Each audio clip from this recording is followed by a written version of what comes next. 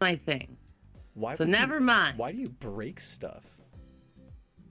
Oh, there you go. Hello. Oh, now you're kind of crispy. How did that happen? I'm always crispy.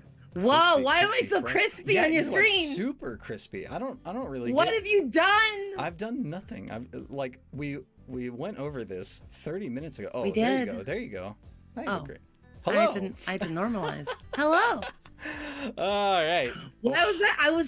I was deep fried there. What the hell? You were deep fried. Hey, how you doing?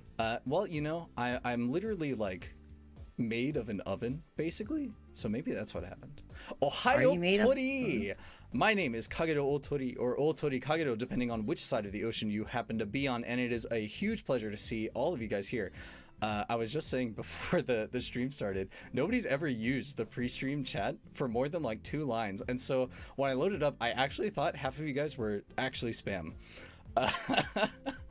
And so it was... Guys, you heard him. Spam, no, please. Don't destroy my... Spam harder. Actually, that reminds Arigato. me. Thanks for the subscribe.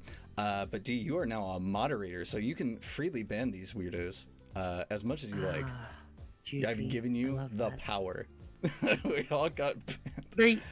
They're used to me abusing power the moment I have it. Oh. So I was playing this game Scarlet Nexus last night. Have you started Scarlet Nexus, right? I have heard of it. And it's apparently like pretty good. It's pretty good. You bought an anime that has a game attached. The best part about it. Okay. The best part about it has appearance mods. And the first thing I did was put goggles on my head and my face. So the main character, and it shows up in all cutscenes. All of the characters have 4 goggles, and it completely ruins the seriousness of every moment in the game. It's amazing. I see. Given power that I shouldn't have. Well, you know what? No, I think I should have. I think this was the right decision. And why is my chat box breaking? Why is everything breaking as soon as I start streaming? It's me. You brought me in. Maybe. Ooh, whoops. That's not what I wanted to do. It's just... There we go. All right. Yeah, maybe. Well, it's not a VTuber stream if there's not, like, scuff, right? That's just how it goes. Speaking of scuff, would you like to introduce yourself? All right. Hey nerds, I'm Dice Queen D. I like tabletop RPGs and Calliope. I'm cursed, but also like not sometimes. Also, I'm surrounded by ants. Have a great day. Surrounded by ants. That's a good I've one. had ants. I've had an ant problem for the last week, and I'm going mad. I'm going mad because like just randomly. I'm like, oh, that's a tickle on my shoulder. That's probably my hair. And I check, it's an ant. It's an or ant. It is my hair. No, that's I've had awful. ants on my tits. I've had ants on my tits. It's like, it's not fun. It's you know, not fun. I feel like I'm obligated to be like, oh, do they bite? But I mean, they're ants. Like, what else would they do? They don't bite. They don't bite, really. There's ants that don't bite. Are you the ant whisperer, perhaps? Are no, they maybe because flying all over you I'd because whisper. you're like the ant queen? No, I really wish I wasn't, because like they you they wish are. You weren't, but you could be. I want to tell them all to just leave me alone. I would, if I could whisper, I'd yell because I'm going crazy and I'm killing everything I see. But I've committed more genocide. They just wish to serve. They can serve by leaving me alone. By leaving you alone, I see. All right. Anyways. So tabletops, that's what we're here to talk about. Those of you who have been part of my channel for a little while know that a long time ago I ran a VTuber-based Horde of the Dragon Queen, and then I exploded and the campaign died. You're that guy. I am that guy. It is me. I remember seeing that one time. Yeah, I really wanted to like do more with it, but man, trying to balance like interesting things with the campaign. I've played and run Horde of the Dragon Queen a mixture of like 8 times. So the campaign is kind of like memorized to me, right? That's terrible. Yeah, and it's super railroady. And so I really wanted every character in that game to be able to do their own thing. And I had something good going, but man, work started to pick up a whole lot, and I ran out of time to like make these cool things for characters. And so after streams, you know, I'd ask some of the players like, all right, guys, you know, what do we think? And basically things were just kind of starting to get stale. Oh, please don't stab me. We're good. No, don't do it. It's okay. No. Don't worry. It doesn't hurt. It doesn't hurt the first time. It doesn't hurt the first time. Wait. Why would it not hurt the first time? But any. It hurts the second time. Don't worry. But don't worry about it. Don't worry. Don't worry about it. All right. Anyways, I am. Horde of the Dragon Queen. Yeah. Now that we're not worrying about it, yeah. So I ran Horde of the Dragon Queen, and we got about like halfway through the 3rd chapter, and basically it just started to feel super duper stale, and so. I also got like giga stressed out, and I had to take a mental health month. I feel it. I totally remember that thing. Yeah, Horde of the Dragon Queen is. I consider it when I typically, I think at the end of my debut, good lord, 8 months ago, I did a ranking of all D&D modules, all 5e modules, and I actually put Horde of the Dragon Queen in like top rank. Really? Not because of its quality. Oh. wait, what else is it ranked by? I ranked it as the best module to teach people D&D ain't shit sometimes. Okay. If you want to run a good Horde of the Dragon Queen, you need to be able to look at Horde of the Dragon Queen and be like, no, fuck this. And then decide to like add and change and do a lot of other things inside of it. Yeah. And so it's like, it's the ultimate teaching module because it teaches you can't rely fully on the book and you have to put in your own spin on things. And that's like entry-level GMing. Right. So it shifts you from being an okay GM to being a good one. Amusingly, the follow-up module, Rise of Tiamat, I think is super duper good. Oh yeah. It's a lot more open-ended, and it actually like has side quests. Because the thing that bothered me about Horde of the Dragon Queen is like it presents like an issue that you give to your players, and then it only says the players will do one of two things. And if the players want to do something else, the book assumes that they don't. And it's like, but why? Right? For example, in the 2nd chapter, you have the option, or you're supposed to grab these dragon eggs and deliver them to the adult blue dragon that the party had to fight in the previous chapter for some reason. Were you? Were you supposed to? Yeah. What are you supposed to do? You're supposed to deliver the eggs, and so my party was what eggs? I don't remember eggs to deliver. What? Wait. When you say second part, what are you saying Tiamat? Or are you saying Tiamat? No. This is Horde. Right, so in the very beginning, there's the adult blue dragon, right, and you have to fight him. You deal either 25 damage or a crit, which man, level 1 characters trying to do that to a flying dragon, yikes. But the book explains that the cult is keeping the dragon enslaved by holding on to his eggs, and so you can get the dragon to stop by delivering the eggs to him. Well, so I usually do a thing where instead of the dragon attacking, he talks with the party after you get to the keep and basically says, "Yo, bros, get my eggs and I'll not eat you alive," and that's usually a way better motivator. So how I ended up handling it is in the first part. Every location that the party goes to has villagers they can save. I see. And they get so they can have anywhere up to like 60 people, villagers. And so when the dragon attacks, the dragon doesn't attack them. The dragon starts killing 1d12 villagers. Ooh, okay. So you put like kind of like a life bar on the village itself. Yep. I see. So the idea is, let me write this down. The idea is I don't want to target the party with a blue dragon because they're gonna get dunked immediately. Right. Yeah. But also at the same time, the party is no different to the dragon than villagers because you're all level 1. Even if it could sense the energy, it's like I don't really care about you. Sure. So there's no reason the dragon explicitly tries to kill the party, but it just tries to do as much damage as possible. So I was reasoning that I would want to just have them start destroying the villagers in the keep, and so that's the thing. The party put a lot of effort into like rescuing and saving, and this dragon is depleting them, so they get more desperate. I see. Yeah, the way that I wanted to do it is because dragons are typically very intelligent creatures, and blue dragons in particular are super prideful, right? So I said that, you know, maybe this dragon would be willing to reason with them for the sake of its own ego, because of course it's a very magnanimous and benevolent ruler, right? Because of course it is, it's a dragon. And so it shows up to the keep, and I also allowed the party to offer the dragon to give them some kind of power.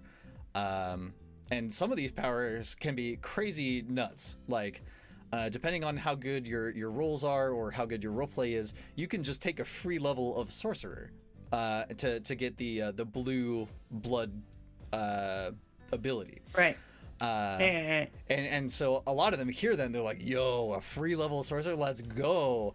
But it always comes with this like horrendous curse that basically just lets me say like, hey, you see that nat 20 that you rolled at this really crucial moment? Nah, it's mine now. Which is pretty reminiscent of Numenera, which I don't know how much you've played at all. Next to little, but I play a decent amount of Cypher. Okay. So I don't know if other Cypher systems allow you to do this, but in Numenera they have interventions where whenever the party rolls like a d20, the DM can just be like, no, it's mine, it's tasty. You instead rolled a natural 1. I think at some point it talks about it, but it's not something really common that's usually used. But yes. Yeah, so it's supposed to be done based on like a number of times based on how long the session goes. So like if you have a standard 4-hour session or so, the GM is only really supposed to do it once, or once for free. And anytime they do it afterwards, they just give the party a free experience point. Right. Yeah, and so we were playing a 6-hour game. Oh, go ahead. Sorry. So, question about the format. So, are we talking about how to be a GM or mostly just... Oh, wow. You know what? I was just talking, and I'm like really bad about just talking about things. Yeah, so, all right, let's go find a topic. Okay, so GMing in general. Yeah, so I guess if you ever been in that situation, which, oh man, I already wrote this in the description. Wow, I'm like super unoriginal. That's okay, don't worry about already it. It's okay. Off the rails. Boys, let me tell you, if subscribing to this channel's content, this is all that I do. I set out to do a thing and do everything other than that thing. Go on, this is interesting. Okay, well, so anyhow, being a GM, a lot of people like the idea of playing tabletop games, and anyone who's played a tabletop game generally likes to also be a player in a tabletop game. In general, being a player is fun. Being a GM, a little bit less so, but that doesn't have to be the case. At least in my experience. Sold. All right, well, welcome to all of you guys.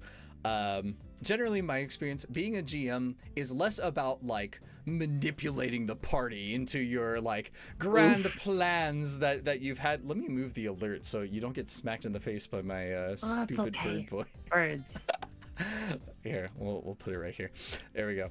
Well, so anyway, it's not so much about like my machinations have lay undetected for years, but more about collaborative storytelling.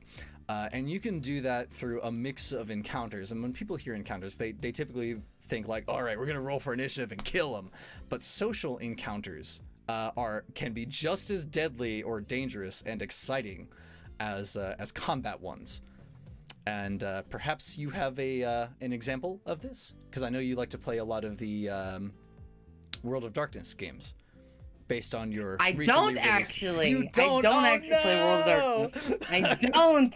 Oh, you've been caught. I've been had. I know of World of Darkness, and I analyze World of Darkness from mostly the Hollow Life standpoint, but I don't actually play World of Darkness. Oh. I think it's too horny. You think, what, really? Yeah, and like literally almost anyone I know from World of Darkness, I can say is like someone that wants to bang monsters. Like, okay, you look at this. Wow. Werewolf, sexy werewolf. Vampires, sexy vampires. Mage Ascension, weird reality bending and tentacles are really common. Well, okay, Changeling. that's fair. Well, literally, I would want to say more than 80% of all World of Darkness players I've known are at least like uber horny. Okay. At least 80%. All right, then I have to fit Hunter the Vigil in the is the 20%. least horny. I have to fit in the 20% because I've played Mage the Awakening, and that or not Mage the Awakening. Changeling the Lost is what I meant to say. Also horny. Right. So see, the least two horny ones would definitely be Changeling, but the least one would be Hunter the Vigil. People that play Hunter the Vigil tend to be pretty. So when we played Changeling the Lost, it was like a survival horror game. Yeah. Because the GM of that game is a big fan of like Celtic mythology and stuff. So his version of fairies actually like horrific monsters. There's nothing attractive about them. And I played as a Darkling, right? And the whole lore with Darklings is that they were basically trapped in like the dungeon, the torture dungeon. The whole idea is that your composure stat is really, really good because you have been like so horrifically tortured and have seen such terrible things that like anything scary on Earth just doesn't bother you, and you're just like emotionally drained because of like whatever things have happened to you. And the GM was explaining to me that like my character came from like the 1700s Austrian Empire, and then was just dumped in 2020, like middle of Florida. Right.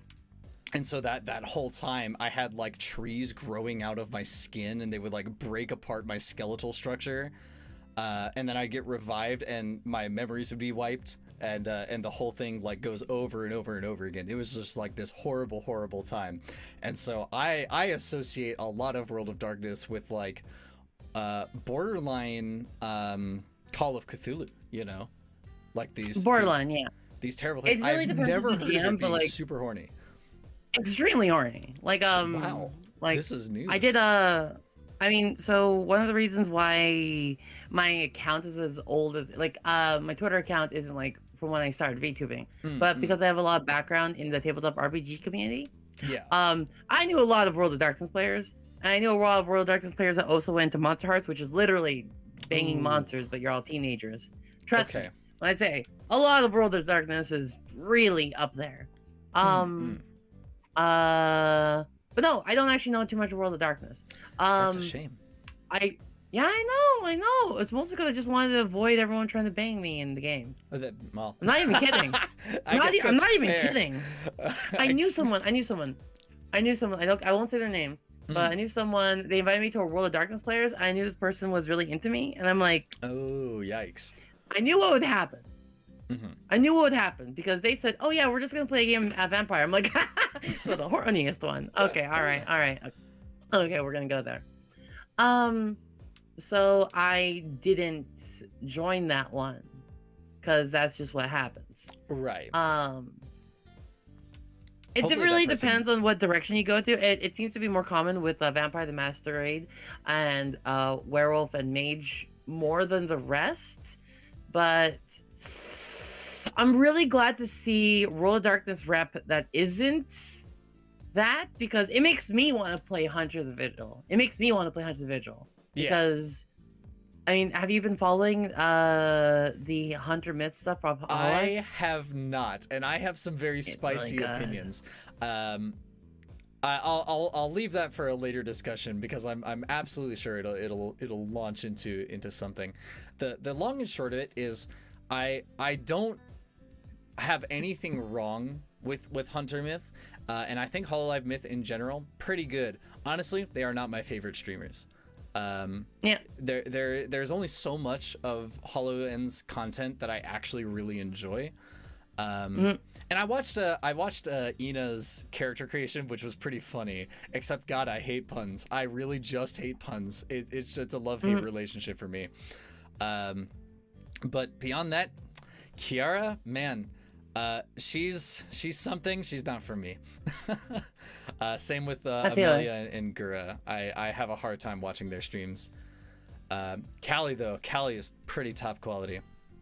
If you give it if you give it a solid chance, Hunter Myth is actually definitely solid. I can't watch as much Hololive as I want to, but like if you like tabletop RPGs, honestly, so did you know that their viewership for Guras, and I think on average has been, I think, over encompass Critical Roles? It actually Wow. beat Critical Roles Oh in my viewership. goodness, that's crazy. So I can say this as VTubers. I don't know if they're the most leading thing as playing tabletop RPGs right now, but like they've overtaken Critical Role in viewership, and the people that are aware of tabletop RPGs from them with their couple streams. Well, I think that's like generally a good thing, right? Because Yeah, I mean, spreading tabletop RPGs in general is a good thing. Right, yeah, because when 5th edition came out, it was like super duper accessible, but I think for the first 2 years of its life, not a lot of people were playing it. And then of course Critical Role comes around, and Matt Mercer, what a god. What an absolute god. And then like I've been seeing more and more D&D content, like immensely so now that Hunter Myth has started. And I think it's just amazing. It's open to things. It's open to things. And like I've thought about running like World of Darkness, but I'm like it's still World of Darkness. So I have issues against World of Darkness, primarily in that I'm surprised that she's making it work as much as it is, because World of Darkness is often steeped in some pretty strong religion and pretty strong religious themes, as well as some political leanings. Like you'll see, I'm pretty sure there's actually Nazis in there that you have to fight. I don't remember, but there's like all sorts. There's leanings. Yeah. Well, I think, to me at least, I'm real big into history and religion as like a thing to be studied, you know. Yeah. And I think everybody's opinions are rightfully theirs, and that's kind of also the thing about tabletop gaming. An unrealistic amount of Nazis. That sounds like my kind of game. But oh, okay, hold on. Let me briefly say, before this gets taken out of context, Nazism is bad. Nazis were bad the first time, and they're even worse the second time around. Don't be a Nazi. But okay, now that I've stated that, I think a lot of really interesting parts about tabletop gaming, especially with kind of what I was saying earlier, with a lot of social encounters, I think, depending on your players, especially if they're more mature and comfortable with that kind of stuff, including that makes the game way better, right? Because I've played in a game that was very, very politically and religiously charged, you know, and you deal with a lot of fascist and the horrible things that they do to people, and you know, with our group of role players, you know, to us, we had a party that didn't really work well together. But it was like a very good motivating factor, because it's like, you're an asshole, but this is worst. Like, I'll deal with you later, but first we gotta go kill some Nazis, right? Personally, I try to avoid that in general, mostly because like we deal with that already, right? And it could be a nice escape in the world, being like, oh yeah, we can actually fight off these things. But like, I kind of want to deal with like all these fantasy stuff. You know, I don't want to have to deal with real world stuff in fantasy world. I just want to fight some like vaguely 1984 wizard trying to control everyone's thought police and stuff. Right. I also want to deal with I also want to deal with clones from the moon that are attacking from the future. I don't know. Well, yeah, and there's definitely a lot more original things. Somebody just put in chat. Yeah, it's a very pulp action thing to do, and a lot of people just like to say, the monster this time is Nazis. Mecha Hitler, he's back. Yo, I would fight Mecha Hitler though. Well, yeah, God. that's what I'm saying though. I you know. Yeah, but like I would fight Mecha Hitler if he was trying to like destroy a city. But once again, I wouldn't want to like get into the whole like, let's talk about Nazis for half an hour, you know? Yeah, what about Nazis from the Moon? Bro, a Command and Conquer Yuri's Revenge tabletop game sounds like a freaking blast. If you didn't play, the plot of Yuri's Revenge is communists existed all the way into the modern era, right? And then they go to the moon. Wasn't there a movie? There were several movies about Nazis on the moon or Nazis in Hollow Earth. I'm like, I don't want to make this entire stream about Nazis. Can we just like move on? Oh, you know what? I was asking about social encounters. That's what it was. Do you have an example of a social encounter that was like equally deadly for your players or for you as a player as a combat would have been? Oh god, there's so many games I have to think about. There's I I run games and I play games, and I'm kind of like search. It's like it's easier to search if you have a smaller bank, but I kind of have like a library. You know what I mean? Well, it's yeah, like yeah. I mean, just any notable example one that you that would have. stands out. Yeah. Oh my god. Oh man, I have to think about this one. Which I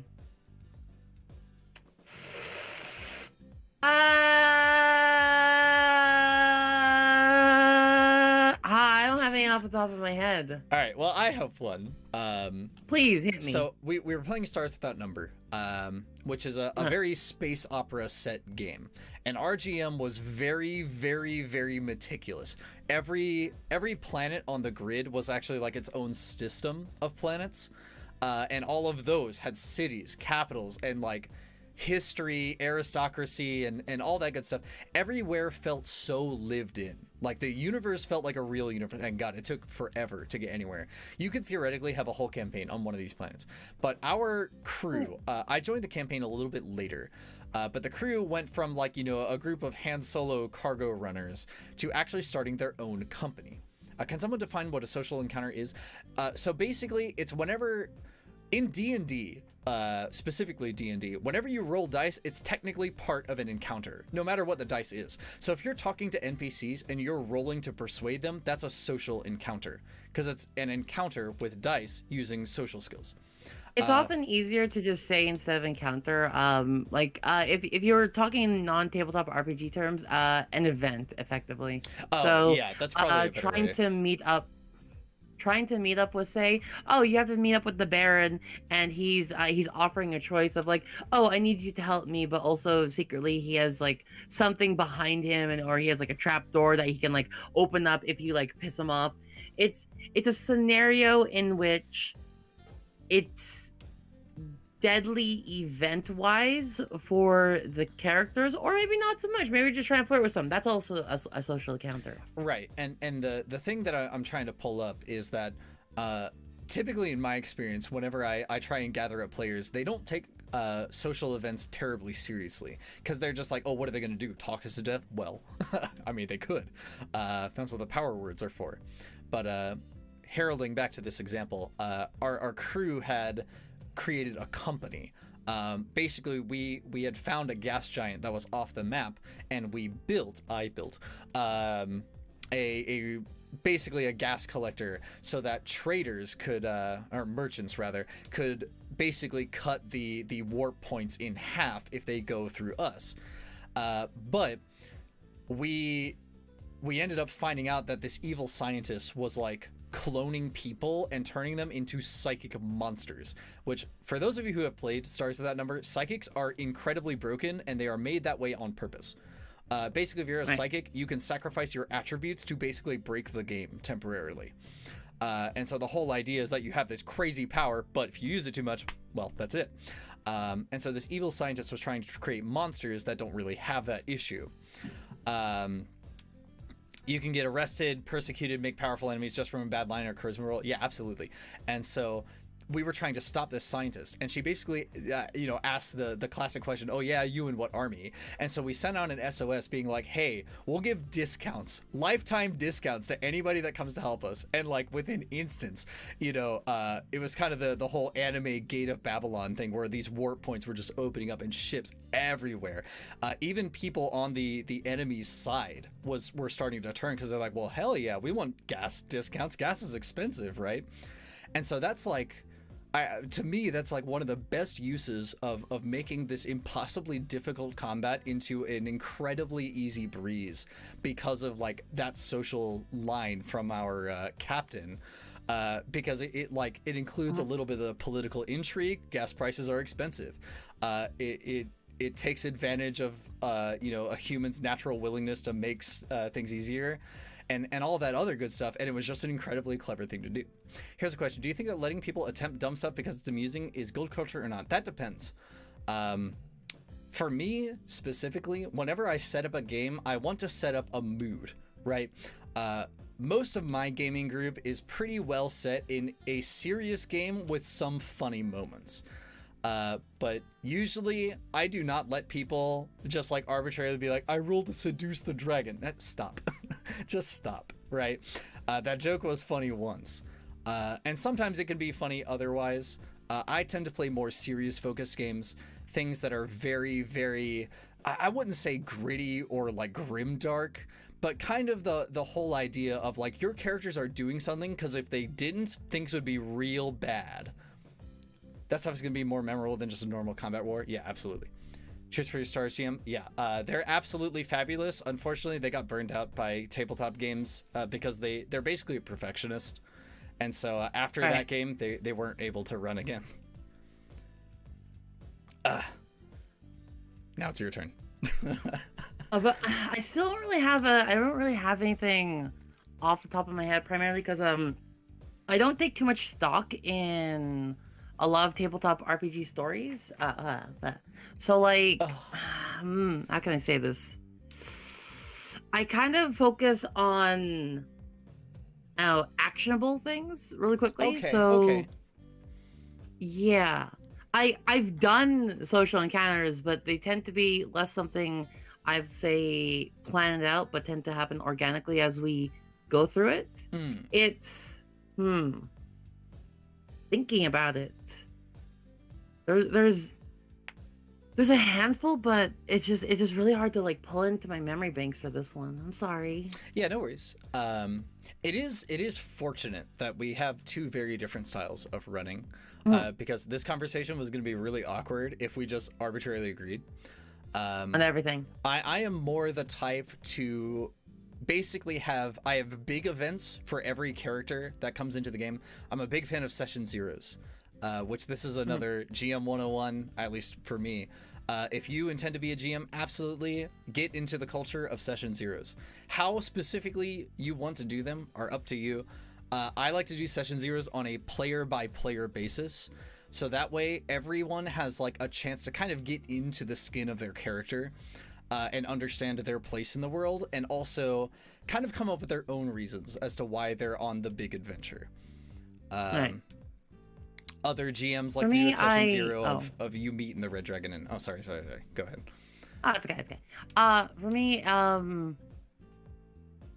I tend to so I do a lot of pro GMing, and in that kind of environment, I'm not able to do session zeros. It's like there's 6 weeks, so six sessions, and I can't afford to do a session zero because that's just a session zero where like no one's really progressing in the story. It's primarily like, so I can't do individual stories, and so I kind of have to jump immediately into session 1, and they're already on like a quest. So well, I guess the big difference there is I would assume that your players are generally more, I guess, professional in their own right, or is it? I get a lot of newbies. Really? Okay, that's interesting. Yeah. Because I would assume, when I hear pro GMing, I basically just think of Critical Role, because, well... No. I don't know. This could be the next... That is... Okay, Critical Role is a show. Like it is like a TV show now. It's like... It's very far and away from what the pro GMing life is like. It's... So when you think pro GMing, I think you're thinking when it comes to, like, performing, but when I do it, it's more... How can I say this? Private parties. So being hired to like, oh yeah, come over to our basement and run it for like 6 of us. Okay, sure, done. Do it online. Yeah, sure, I'll do that too. So it's all private stuff like that, not necessarily for a TV show, but like a small group of people. I see. Okay, so basically, as an example, if I wanted you to run Horde of the Dragon Queen, I would basically hire you and then get my buddies and be like, all right, boys, we're gonna play Horde of the Dragon Queen. We have a I see. Okay, so it's almost like having or just hiring any kind of performer to just be there at like a party. Pretty much. Okay, very interesting. I've been pro GMing for about a year under a company. 2 years freelance. Okay, running a professional game, yeah. I have a question, and you don't need to answer because it is potentially like I might word it in a way that could be offensive. Basically, do you ever feel like you kind of regret it? Like, I guess from my perspective, I GM only by hobby, because I want to tell stories. You know, I've been doing creative writing a really, really long time, and so to be able to act out those stories collaboratively with other people is like a huge passion. I feel like if I had to do it professionally, it would just kind of, it's almost like being a professional musician. Do you ever feel like you kind of lose the, you know, D&D is now your job rather than a hobby or like a passion? That's a really good question, most because it's happened, because I've thought about that recently. And the thing is, here's the thing. One, I have a job that gives me a decent amount of money and doing my favorite thing in the world, tabletop RPGs. The only amount of burnout I've felt is that I've only run, because the people that hire me company-wise, it only wants D&D 5e. I'd love to run other games. That is my main issue. My main issue is I'd love to run other games, but I'm being hired exclusively to do 5e because everyone wants to play 5e. Well. That is my only gripe about it. Like, the way I think about it is people talk about writing, like making stories and such, but I do exclusively 6-session campaigns. So I've told a lot of different stories, a lot shorter than, like, you know, the epics that people are used to. Yeah. Because Western culture is primarily inundated on massive, long-running, open-ended campaign culture, and this is a call out to, like, I think I'm calling you out too. Yeah. There's like 3 of my players in chat, and they're gonna meme on me super hard as soon as the stream ends. Yeah, so that is 100% of the culture that we have right now, and I'm not necessarily a fan of that. All right. It's because it doesn't feel. It often feels like it either gets artificially extended, or people are faffing about, or it never really gets a full ending. And when things don't get a full ending, I feel less attached to them. Okay, so, that makes sense. In the last year, I've run like 12 campaigns. Like, I say that. I've run 12 campaigns in the last year through pro GMing alone, not including all my other stuff. And I don't know if a lot of people can actually say that. And like all those stories are like done and complete. Like right now, I am running my players through. So I have it. So all the players are fiends in hell. However, something broke out from the ground, i.e., an entrance to super hell. Super hell. And so super hell or under fiends come up, are trying to beat up regular hell, and regular hell is actually asking the upper ground, the major play, hey, we're kind of in trouble. Can you help us? Like, wait, you're fiends, you're evil. It's like, yeah, we're not as bad as these guys. Trust us. We're not as bad as these guys. It's almost like Descent into Avernus, only in reverse. Except, yes, exactly. Yeah. But go ahead, maybe because I never played Descent into Avernus. But TL, so when it comes to Go ahead. No, go for it. I was gonna say TLDR, Descent into Avernus. It's the Sword Coast, right? Except there's a town where hell just opens up. Imagine like a coin flip, right? Yeah, El Terrell. It flips over and then bam, suddenly it's the first layer of hell. And they're like, hey, it's cozy. And then the rest of the Sword Coast is like, hey, can you like not do that? And that's basically the whole campaign. You descend through the layers of hell and try and get them to politely leave. Yep. But yeah, so we're about to complete this today and tomorrow. Oh, okay. Different people. So I was able to tell this epic story 6 sessions. And how long are your sessions? I don't regret it. How long are your sessions? My session sent it. Because the company hires me only for 3 hours. So 3 hours, 6 sessions, so an 18-hour campaign. Yep. Man, I don't mean this the wrong way. I do not know if I could possibly be in one of those games. That feels like too short of a time. It does. But also at the same time, I focus a lot on pacing. So I get a lot of things done in a short period of time. Combat is very fast because of the various techniques I picked up. Story beats pretty quick.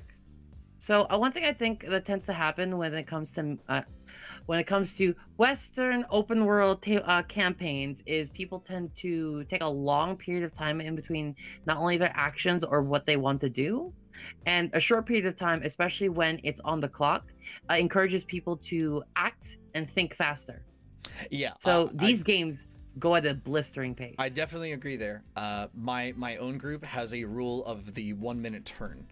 No matter what your powers may be, you have 1 minute to take your turn. Otherwise, whatever actions you don't take, you just don't take. There are exceptions, of course, for like clarity. Like, hey, you said that pillar fell, right? You know, things like that don't matter. Right. Let me briefly look at chat. Does anyone know if you want to be a GM, which system should you learn first? Personally, 5th edition. It's very, very easy to pick up.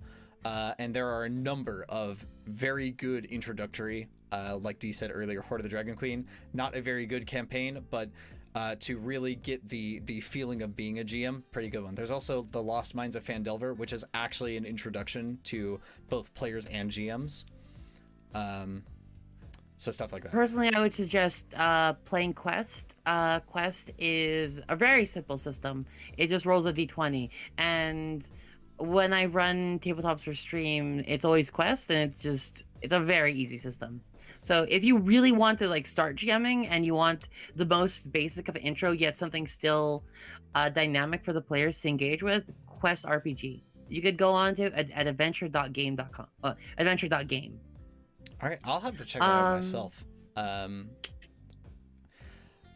man, I get a lot of games. I was saying something. Like I don't know if I say this on my own stream, but I'm also what they call an Ennie judge. Do you know the Ennies?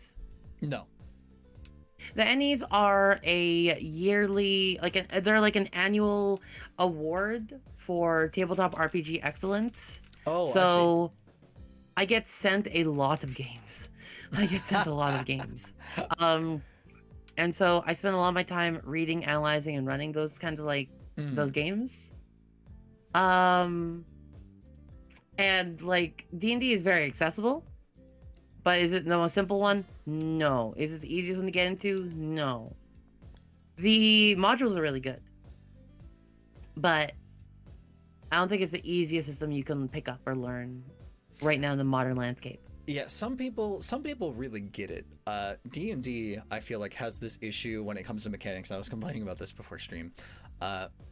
There's like a clear understanding of like when books are released in D&D. So like if you only have the player's handbook, you can play the game, but you will very quickly run into an issue or like a number of issues where like a player will ask you something and it's just not in the player's handbook. So then you got to go look through other books or look on Twitter for errata. And that can get pretty frustrating. I have every setting guide for D&D 5th edition. So all of the expansions, and I do have some setting guides. Basically anything that adds new classes, subclasses, or races, I have, as well as the bestiaries. And so it's very easy for me to like kind of come up with what happens.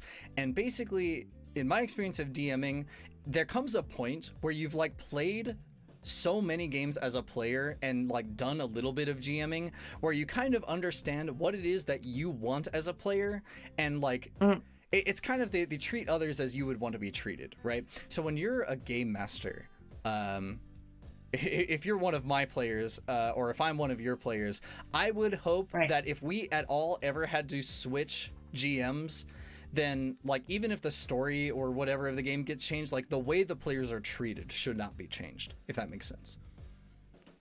Right. Okay. I can get behind that.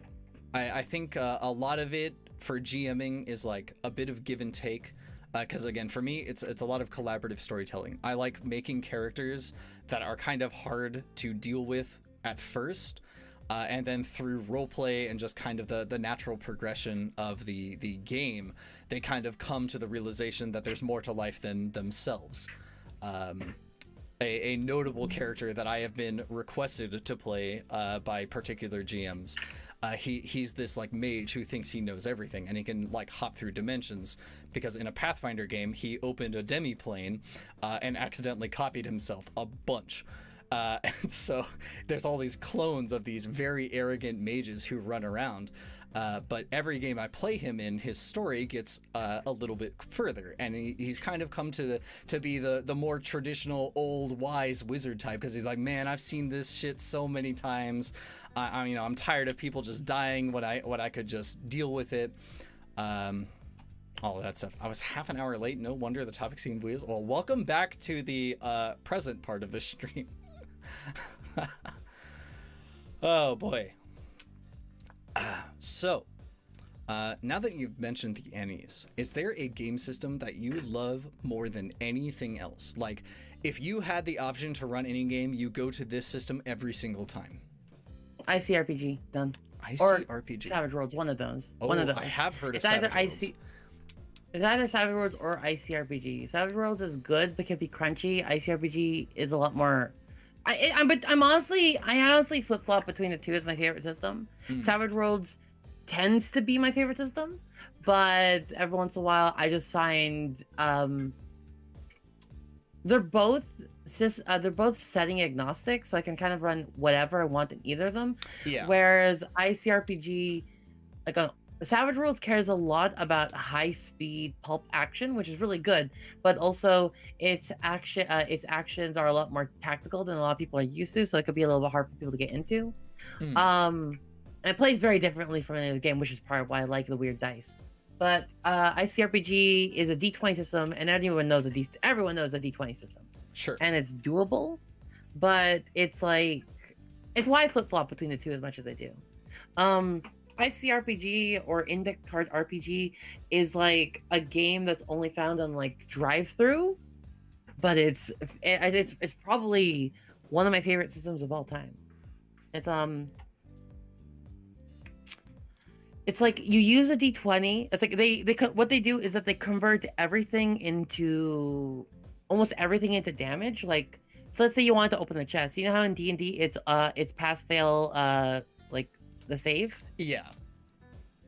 So in ICRPG, it would put the DC say to 12. A lot lower of a DC, much more reasonable to pull in, but it changes things via rate of time or damage. Okay. So whenever I open it, I could either roll a D4 or a D6, and say the chest has any from 10 or 20 HP, right? Mm-hmm. And so now, if you change this into a more pulpy scenario, assume there's a bomb, and assume one person can disarm bombs. Yeah. And the bomb has 20 hit points. Everyone needs to stop the people trying to kill you. Meanwhile, one person is in the corner trying to undo the bomb. Be like, guys, I'm sorry. Hold on, I got this. And it's like, can you hurry it up? It's like a whole thing. So it's very dynamic in how it handles scenes. In that the players have these various abilities, and because of the rate of time, as you were saying, God, I almost forgot it, even though you just said it. The rate of time is just highly determinant. Now, in this same scenario, would you say that the bomb is timed? Is there anything that stops the person from just being there's timers. Oh. So okay. So the bomb would be timed. Let's say I have 8 rounds. Let's say I have 6 rounds on the bomb, and so the players can they can either focus on trying to disarm the bomb together really quickly, or they have to stop literally the people trying to kill them as they're trying to disarm the bomb. And they're and everyone's just yelling, "Why are you trying to stop us? There's a bomb here." It's like, we will stop. We will kill you for the god, the sun god or something. I don't know, but it makes, I think, combat more interesting, or any scenario more interesting than pass-fail. Because I think pass-fail is inherently not bad, but it feel bad for the players. I definitely no one likes failure. That pass-fail can be really lame. And that's probably why, if I had to answer my own question, I would say basically any Fantasy Flight game. Let me open up by saying I don't really like the Star Wars setting.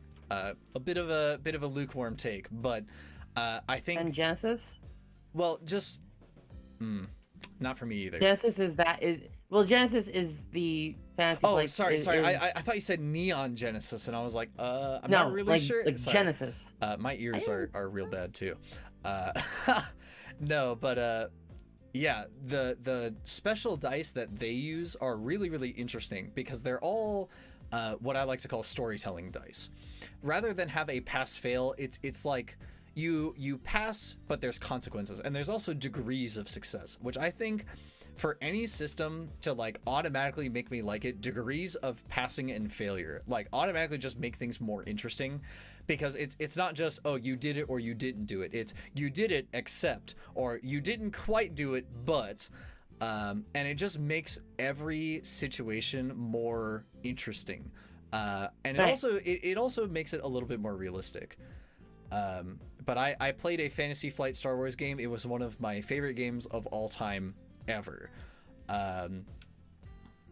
Just because I felt like my character meant something, and also the system was very, very supportive to it's not like in D&D where when you're level 1, no matter what you say your character is, you're probably not very good at it unless you're like min-maxed to do the one thing that you want to do. So like a rogue can be level very 1 good is at a being really sneaky. bad thing. Yeah, level 1 is awful. But in Star Wars, you know, when my character failed at something, if I got 2 failures and 1 success that came with an opportunity, it could be that I didn't decode the lock, but I accidentally shut off the alarm that informs people that I'm trying to get in, right? So I technically failed, but something cool happened, right? And so that feels good. When I played Star Wars, like when I played Fantasy Flight Star Wars, I somehow min-maxed even that. So we were playing, I think it was it Edge of the Empire? It's like, it's where you play stormtroopers. Oh yeah, and Edge of the Empire. My goal from when I sat down is like, I looked at the GM in the face, and I was like, I'm gonna find a lightsaber. I'd be like, you're gonna go onto a remote planet, and I'll be like, trust me, I'm gonna find a lightsaber. You know how you get EXP in order to like get like additional stats, right? Sure, skills, right? Yeah. I stockpiled 30 EXP over the course of the adventure. And near the very end, we got to this very large creature, like a dinosaur or something, that we had to fight. Mm. And I waited to get the triumph, right? Okay. And I waited to then... I know there's like a thing that you could use. I think you could use like dice in order to like get... I don't remember it. There's something I was able to do. I was able to use the... They use the equivalent of like light side, dark side tokens as like fate tokens. Okay. I invested literally everything I could to get additional rolls, and I got a double triumph. Mm. And I'm like, I look at the GM in the face of like, okay, I find a lightsaber. Being like, you can't. It's like, I got 2 super triumphs. What are you gonna say? It's like, fine. You punch into the giant dinosaur, triggering a lightsaber that was stuck in there for some reason, and it cuts out. It's like, great, but now you can't use it. Oh yeah, watch this. And I dumped all of my EXP to get 3 ranks of lightsaber immediately. So and yes, our GM basically said that you dump EXP in between sessions, probably for reasons like that. Now, I feel like that's a little unfair for the system, because that's sort of using it to not what it's made to. Because for me, the big draw of how EXP works in the Fantasy Flight Star Wars is that you can dump experience basically anywhere, and you don't really you can make a class, or you can sort of customize it. So like I had a Jedi who just didn't really believe in being a Jedi, which is a pretty common trope. But they were a scientist, and they were out to prove that the Force was like a force of nature, and the whole religious thing was total BS. And so I had skills in the Jedi class to, you know, use my lightsaber staff. I had points in the instructor class, so I could like let my allies use my skill rolls, because I'm gonna bring them back to the desk and smack them upside the head with a ruler if they forget that they're trained in medicine or whatever.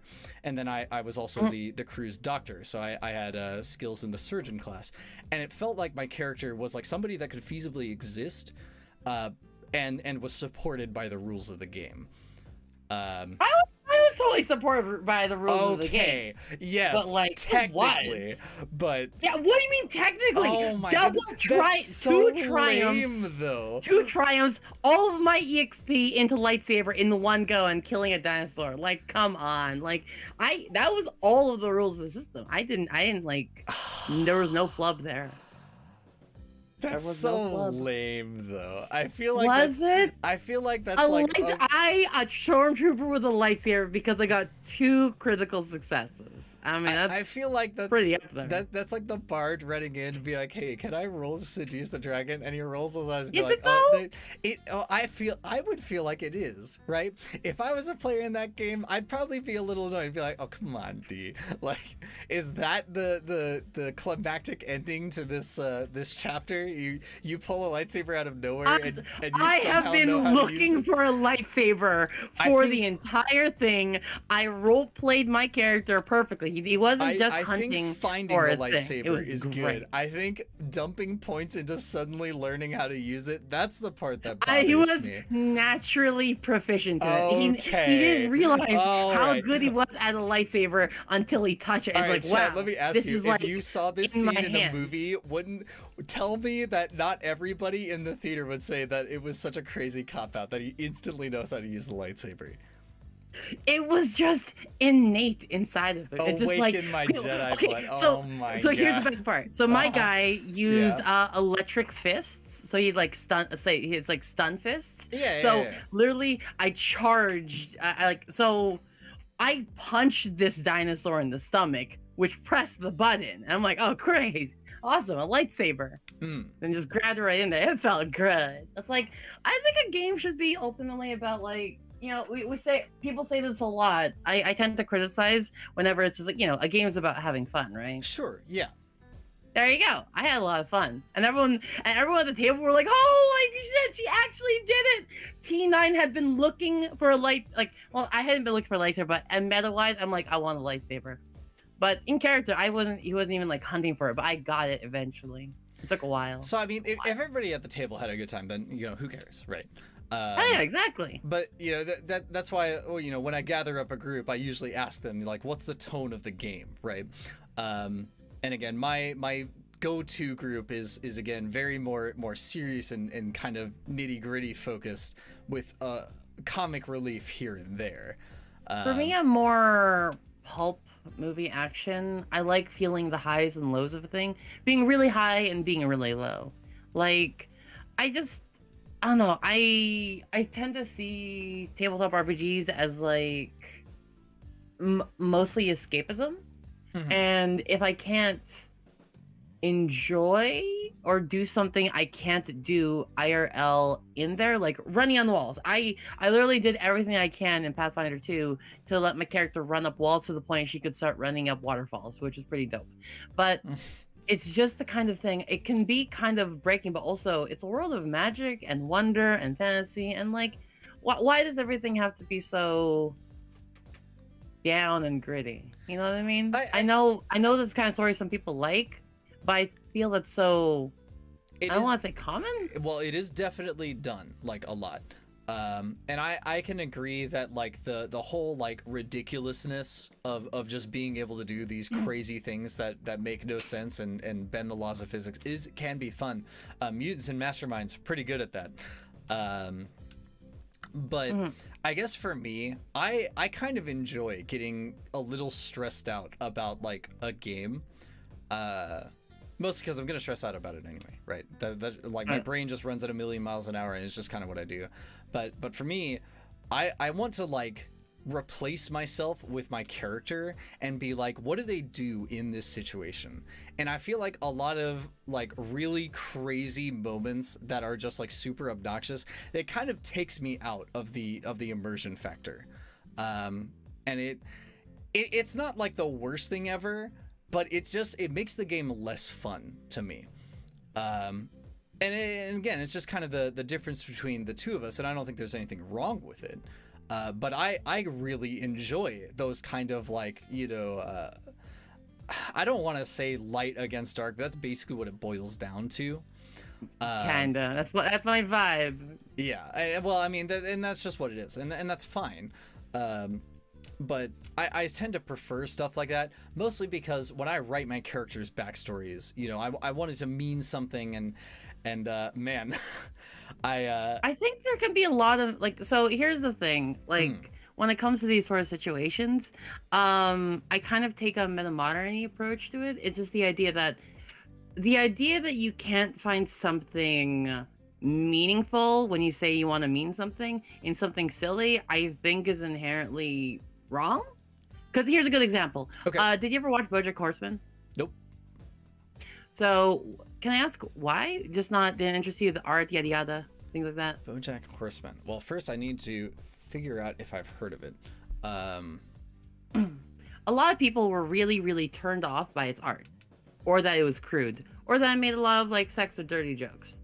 But anyone that really went through it ended up finding a lot of talk about stoicism and philosophy and things like that. Okay. It's the idea that the medium in which we enjoy things is not necessarily inherently more or less meaningful, and that you can kind of find it in wherever. So even in a non-serious story, you could end up finding something deeper.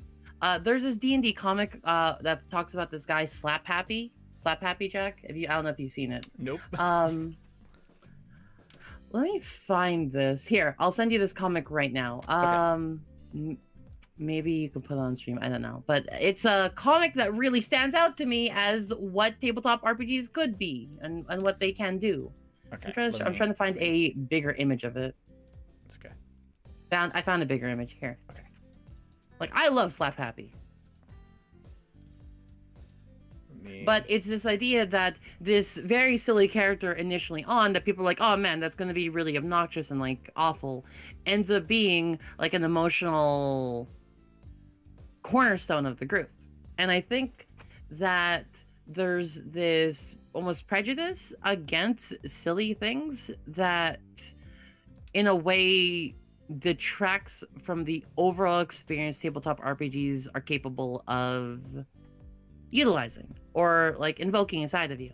So I've never been against people doing silly stuff. There's ways to handle doing silly stuff, but for me, this is a good example of a character who's like, oh man, they're really silly, but by the end of it, it really delved into some emotional depths. A good example, I'm not a fan of it, but Adventure Zone was a really good example of this, where episode 1 is everyone being silly and assholes and things like that, but by like the end of it, there's like a lot more emotional depth than me. And they're like, wow, I can't believe a person named after wanting tacos, literally that's the character's name, Taco, because they just wanted to invent tacos, ended up being this kind of like epic where they had a twin sister who was like trans and dealt with like a lot of different issues.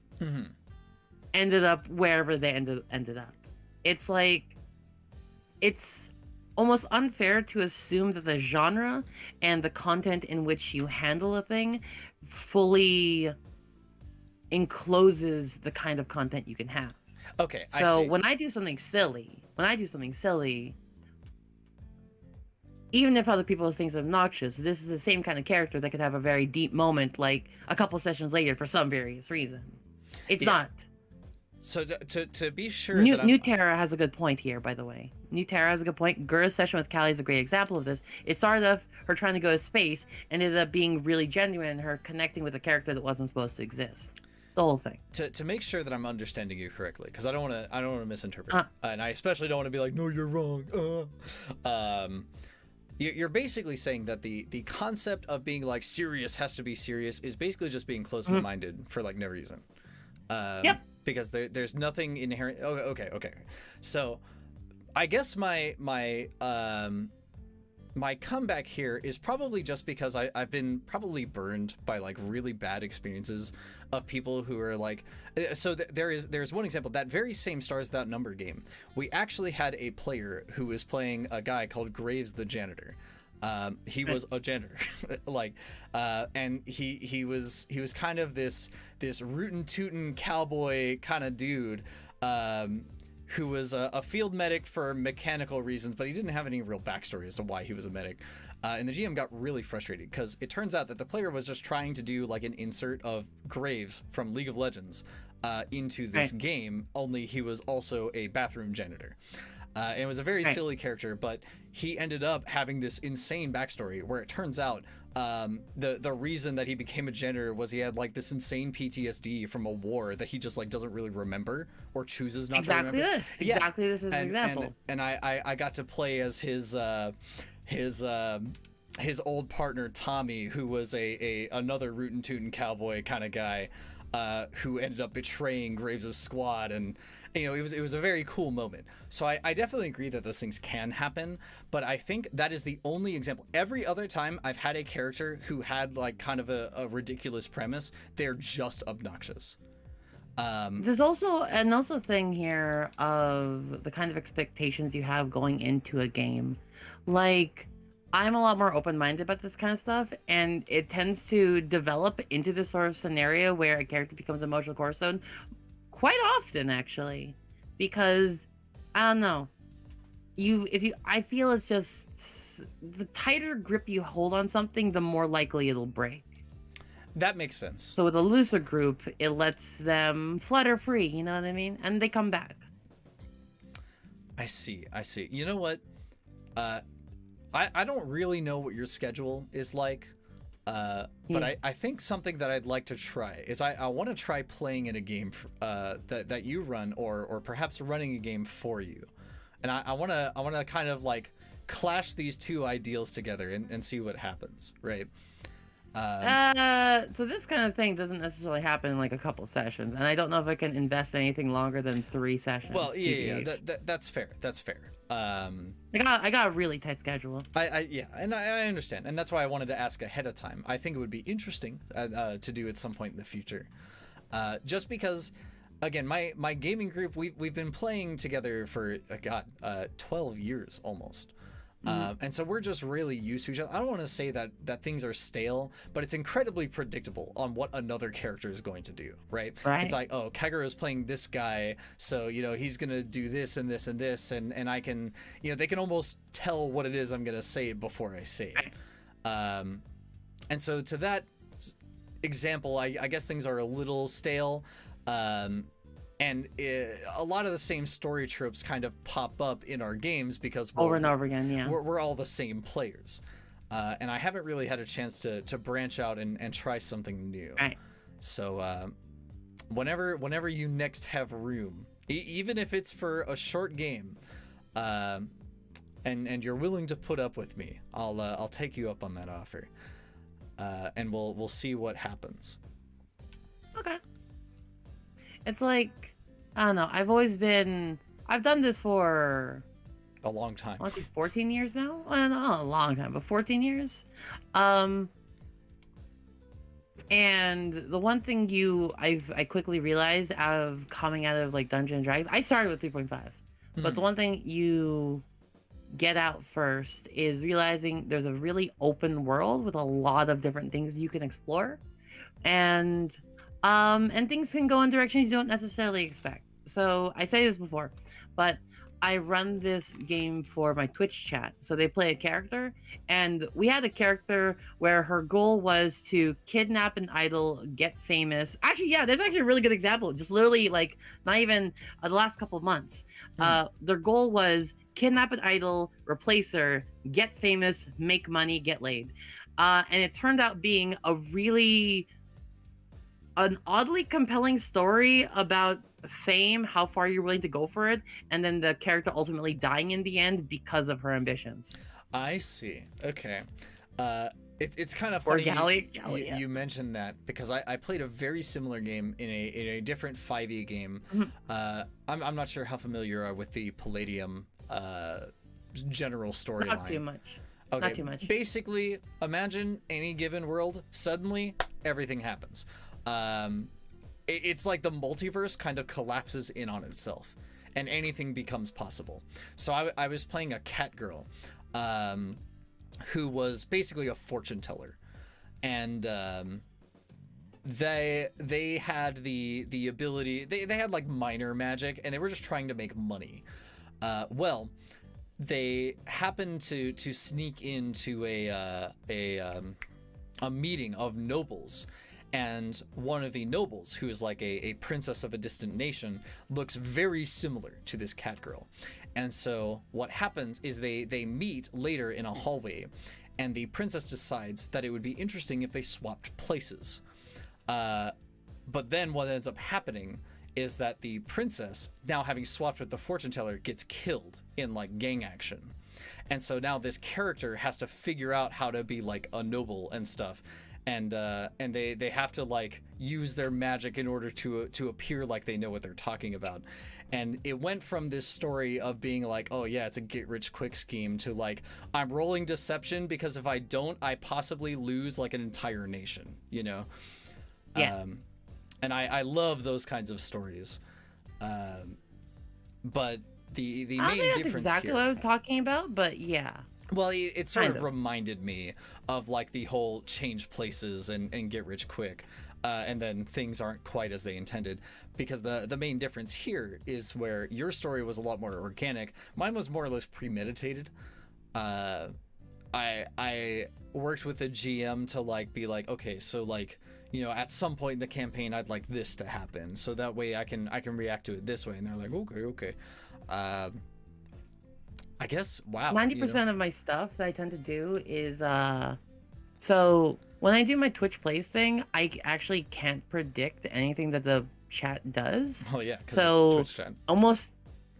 almost every development that occurs is entirely out of improv, and the fact it got there anyway somehow was either testament to my GMing or the Twitch chat. I'm willing to put it more to the Twitch chat, but it's like, yeah, I've always played things with a lot looser of a grip on where the story goes, and it goes into places where you don't. I've been GMing for a long time, and the one thing I appreciate more than anything is a situation I didn't plan for. So I don't prep as much as a lot of people, and I don't necessarily do these like, oh, I want this to happen at some point during the campaign kind of situations, because if it gets there, it gets there. I guess that makes sense. My method of planning is I have the ABCs, is what I call it. I have A, that's where the party starts, and then we have B. B is like a major event that, even if the party chooses to do nothing, the world moves, and this is an event that occurs because the world moves in that way. How the party gets from A to B literally does not matter. They could play MapleStory and start like a farming community if for all they want. But to give the effect that the world can move without their input, I have, you know, the A, B, and then from B to C, and so on. Right. And it for me, it's loose enough that if the party does something totally unrelated and totally random, I you know, can pull something out, and I don't really have to finagle it Bring too them hard. back to B somehow, because that sounds like railroading. Well, I don't want to railroad them. But that sounds like it. Well, it does sound like it, because it's not that I'm trying to bring them back to B, because A and B are not things that the party does. They're just things that happen. So, for example, if the A is the king telling the town that an ancient necromancer has come back, and he's raising an army, you know, the party can be like, all right, you know, that sounds like a you problem. B would be, well, the army has risen, right? It's a thing that happens, right? The party doesn't have to interact with it, but they can. And then, you know, C might be the army attacks. So even if my grand plan would have been that the party becomes these big heroes that stops the army before it gets there, it doesn't have to be. Because if the party decides to be like farmers or something, when the C event occurs, well, now it's more of a survival game, if that makes sense. Right. I can see that. Yeah, I can see that going on. I always do really appreciate the kind of games where the world moves on regardless of the party's input. Oh yeah. So that's something that can like be enjoyable. Yes. Yeah, I really I've played in a lot of games where the world doesn't really feel lived in. Like, other people don't really seem to do anything if the party isn't there. Right. And it feels a whole lot like an MMO where, like, you have a draw distance and then, like, you get into town and, like, random NPCs load in, and as soon as you leave, they're gone and they don't do anything. And that's really frustrating. How much do you prep? Just How wondering. much do I prep? For my Tuesday game that I run, I prep about... I kind of think of ideas throughout the week here and there. Like, sometimes I might, like, be watching a movie or something, and I'll be like, oh, that'd be, you know, that's a pretty clever idea. I guess in total, I prep about 2 to 3 hours a week Per... for each session. Oh... Whoa! Okay. All right. That's a... Okay. I guess that's normal. Well, it's mostly because we have a mixture of fighters and like social people, and I want everyone to feel like nothing makes me more upset than when someone makes a character that has a really cool like ability or way to do things. They show up to a session and the thing that they're good at doing doesn't come up, so they basically just sit there through the whole session. So I want social characters. They don't find any other way to do things, though? Like, well, when that kind of occurs, like, I want to feel... I don't know. It's like... in those kind of situations, like, if they're not, like, trying to engage in any other ways, then, like, isn't that on them rather than you? Well, trying to engage is one thing, right? Obviously, if a character is so specialized that they can only do one thing, well, yeah, that is on them. But I mean, like, you know, some characters are more diplomatic than others, right? So if they're fighting intelligent enemies, I want to give those diplomatic characters the ability to be like, hey, can I roll intimidate? To be like, yo, we're whooping your guys' butts, right? Surrender now and you don't have to get killed. And so that finds, for me, an equal medium of, like, the diplomatic character was able to be diplomatic and the fighters can fight things, right? Right. Yeah, so players can be over-specialized, absolutely. And I think that's a very bad thing to do. On my end, I tend to Oh, sorry. Continue. Oh, that's basically all I was gonna talk about how long I prep. Oh, go for it. I tend to prep only about an hour. Mostly because I only I only get paid for about like an hour prep. But even before then, like before I got into pro jamming stuff, I only do an hour prep in general, primarily because I really rely heavily on improv skills, primarily because I want to try getting that kind of organic gameplay, as I was talking about before. Right. Yeah. And I feel the more I prep, the heavier my investment in the content I prep. So do you know what I mean by that? Do you know something called it's escalation of investment? I haven't heard that term, but I kind of get what you mean, because like when you do something that's organic, basically everybody who's at the table can know that it's organic, right? Because like, you know, if I say, all right, I'm gonna take this pie and I'm gonna eat it, and you're like, you sure you want to do that? Yeah, I'm gonna eat it. I'm gonna eat it with my +2 knife of bread cutting, right? And then you're like, well, all right, give me like 5 minutes. And so everybody at the table is like, oh boy, let's go, you know, let's figure out what happens. And then everybody becomes excited because it's something new and, you know, and unexpected. Is that basically what you're getting at? Kind of. I don't know why you need 5 minutes for a pie, but yeah, effectively. Well, okay. Kind of. It's like, I prep what I can, but like I do very much let my players kind of roam as they do. I don't try to. I don't know. I guess that's what I'm trying to say. I'm not entirely certain about. Oh, D exploded. Oh, there she goes. Oh, hold on, give me a second. Okay. Well, while she's muted, I wanted to briefly take a commercial break. I want to welcome all of you guys here. In case you are new, my name is Kagerou Ootori, and with me is the Dice Queen D herself. Hi! Explaining to me why I'm a huge idiot. I'm not calling you an idiot. No, that's exactly what she said. She's bullying me. Is that your takeaway from this? The Dice Queen D. Yes, absolutely. No. Oh, you've got some munchies. Now I'm kind of jealous. Oh no, it was an Amazon package. Oh, damn. Yeah, no. Okay, I'm guess far what? less jealous. Another tabletop RPG. Unfreaking surprise. Yeah, and again. I get these. There's one time, in the height of the submissions, I got 30 packages in like 4 days. So much opening. Live so much unboxing. Opening. That's right. This is a world's first unveiling here only on this stream. What you got? I got something called. Where is it? I already threw it away. I already threw it. Wow. I was gonna be like, I'm gonna look at this takes later. the system and is like, yeah, whatever, kid, and just like throws it in the garbage. Man, the Did you want me to? Did you want me to nasty. look at it during stream? Did you want me to? If you want, I mean, it's a tabletop stream. I guess give me a second. The thing is, here's the thing. I also can't like. I'm also not allowed to like heavily commentate on these because of, you know, I don't want you to like get in trouble. I'm just being an idiot. my pile of games. Yes, roll your reflex slaves faster. Yo, what is this garbage?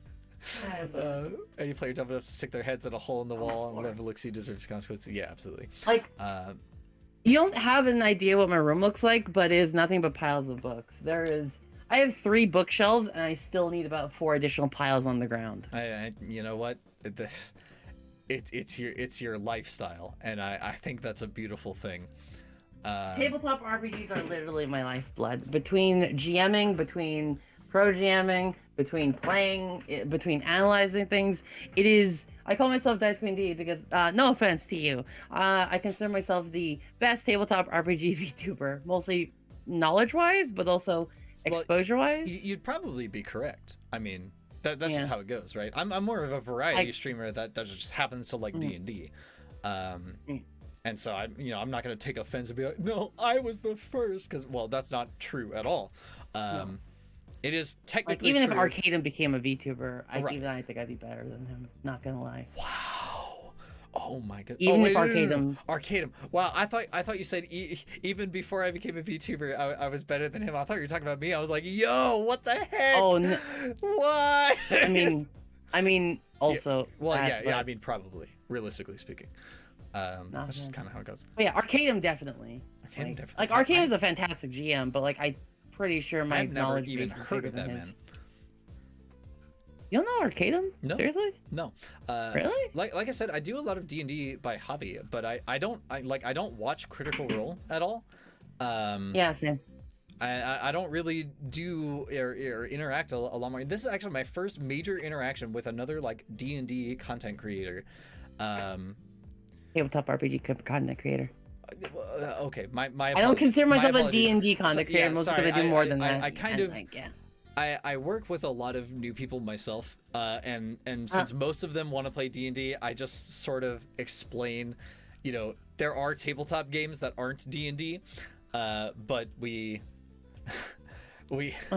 have this girl in our table upstairs, which is different from my usual gaming group. And she has the world's worst memory, and like if you complicate anything, she'll just ask more questions. And so we just this Fallout game, it's D&D but in the desert. This sci-fi game, it's D&D but in space, right? You have to explain it that way. Shadowrun, it's D&D but way harder. Oh god. TTRPG or TRPG. I do not like a lot of RPG. I do not like a lot of basic TRPGs. Like wargaming games. Not a big fan. When I say TRPG, I mean tabletop RPG. Right. Oh, tabletop RPG. I don't use the extra T. I guess it makes sense because if tabletop is one word, then it would just be TRPG. Most frustrating thing about this goddamn hobby, everything is D&D. But yeah, I mean, obviously there is a difference. I know that there's a difference, but for ease of explanation, oftentimes I just kind of substitute. And I do play mostly D&D, so it is also kind of my fault. I would rather play D&D and then change a lot of its rules than play a brand new system more often than not. not necessarily because I'm like afraid of new systems or whatever, but I feel like I've done a number of different systems and they like break in really bizarre ways. But because I've played so much D&D, it's easier for me to just change the way that it works, you know? But wouldn't it be if those other things break in bizarre ways, wouldn't it also be easy if you have enough mastery over it to change how that game works as well? Oh, but that requires effort. But you already put effort into one thing, but you already put effort into changing D&D versus the other system. But see, that's easy, right? Because I Is play it? D&D, yeah, because I play so much D&D, right? Like almost 5 games a week. So because of your escalation of investment, you're unable to put more effort into other games, even if they break. See what I'm trying to say here? It feeds into itself. Yeah, no. I get it. I think my breadth of knowledge is as like wide and as deep as it primarily because I give like every game, even every bad game, I get a solid chance. There's this game I recently got. I don't know if I can talk about this one because it's still a game that got submitted, but I hate it. Let's not. you I'll can talk just a say little that you bit. hate it. There's this thing where you play a thing, and and it's really boring, and it's like 8 pages, and it's not fun, and it's just really depressing. And I'm like, why would did you think this was gonna win mechanically or story wise? Because it's not getting points neither. It's just it sounds like grapple rules for a lot of games. I get a lot of games that are like really good, and I've got a lot of games that are really bad. And like honestly, I don't even know what to do with half of them. I'm between throwing away or selling half of these. I don't know the whole thing. Well, I can give you my mailbox, and you can just send them over here. I'm from Canada. You want to pay the fees? Well, I'm just across the border. I'm like 3.5 hours from Canada, so it's not that bad. It's not too bad, but like shipping things out from Canada to another place has like major shipping fees. Cringe. I might pay the shipping fees. We'll talk about it later. We'll talk about it. I got a lot of stuff. There's bad games and this. Well, Fatal is just a joke. I don't think anybody actually takes Fatal seriously. Except the people that made it. Well, no, you know what? Even then, I refuse to believe that it was made anything other than like in a room of people who were like drunk and were like, it would be really funny. I can assure you this. Please don't. Please let me live in this like fantasy world where it's just a huge meme. Thank you. and not that I know someone that was involved in the creation of it, but okay. Yeah, I'll substitute that reality for this one. It really just makes me feel better.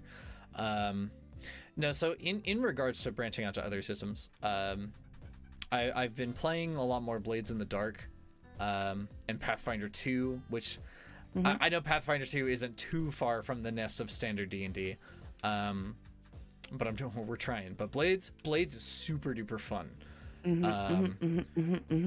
I have to like break my habits of being too specific in my fiction.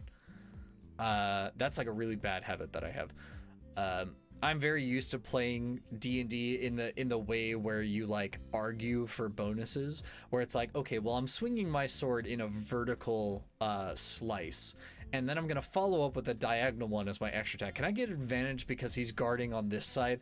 Like, being that specific, Blades does not care, right? Because all you need is, what are you doing, right? I'm trying to convince somebody how to do things. Okay, the specifics on how you do so actually don't matter. Because in fiction first gaming, you can flavor it however you want. You just have to do the role. And that's the part that matters. And I have to like get it out of my brain stock that like, oh, but can I get a bonus for doing this? No. Answer is no. Every single time. And then Numenera, which I've started playing, is also really crazy. So it has a pass-fail mechanic, as I'm sure you're aware in other Cypher games, but you can like spend your HP to make it easier.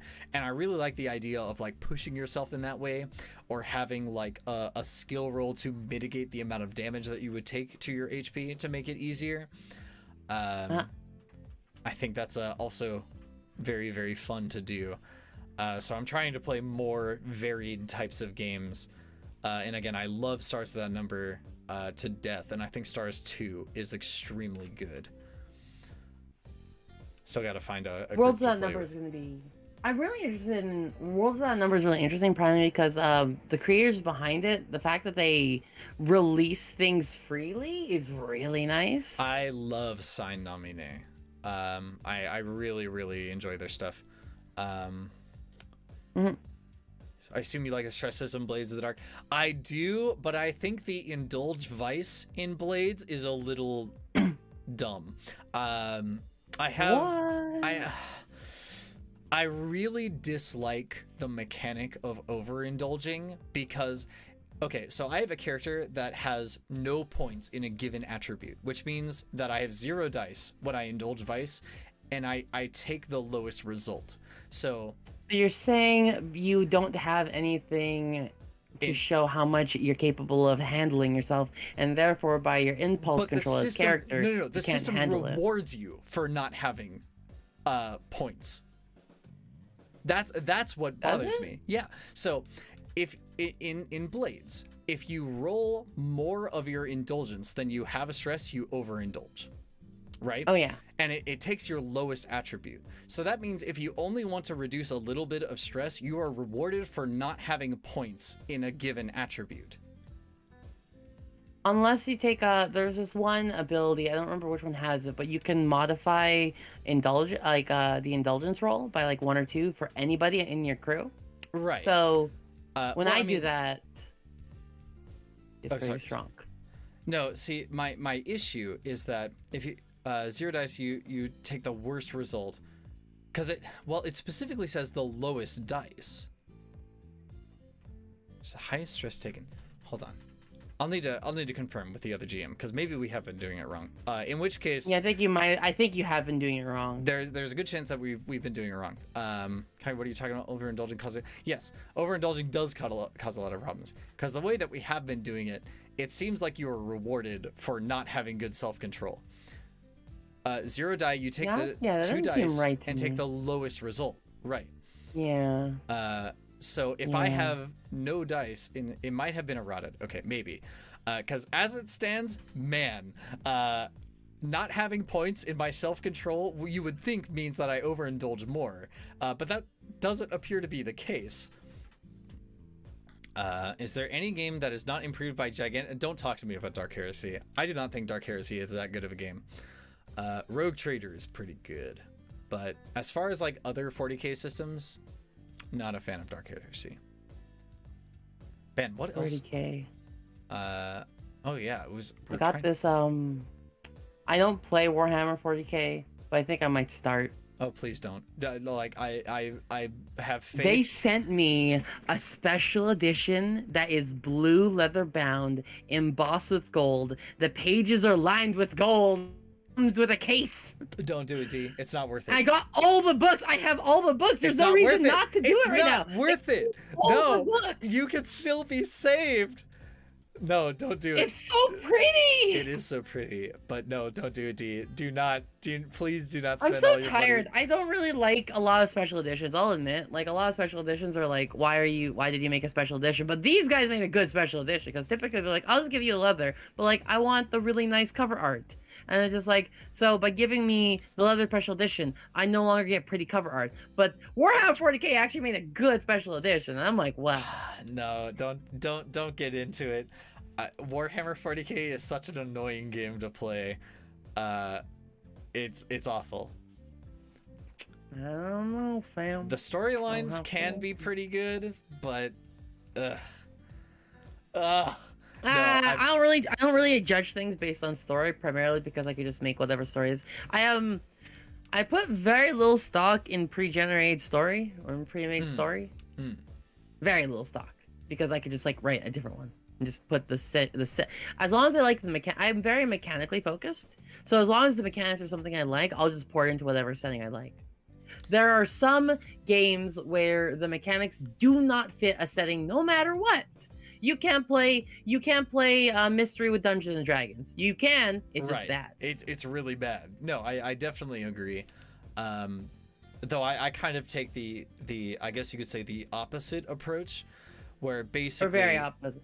I don't think we're very necessarily intrinsically diametrically opposed, but I find myself at odds with a lot of tabletop RPG people in total. Maybe because of my hipster ass. Maybe because I have a lot of hot takes with tabletop RPGs.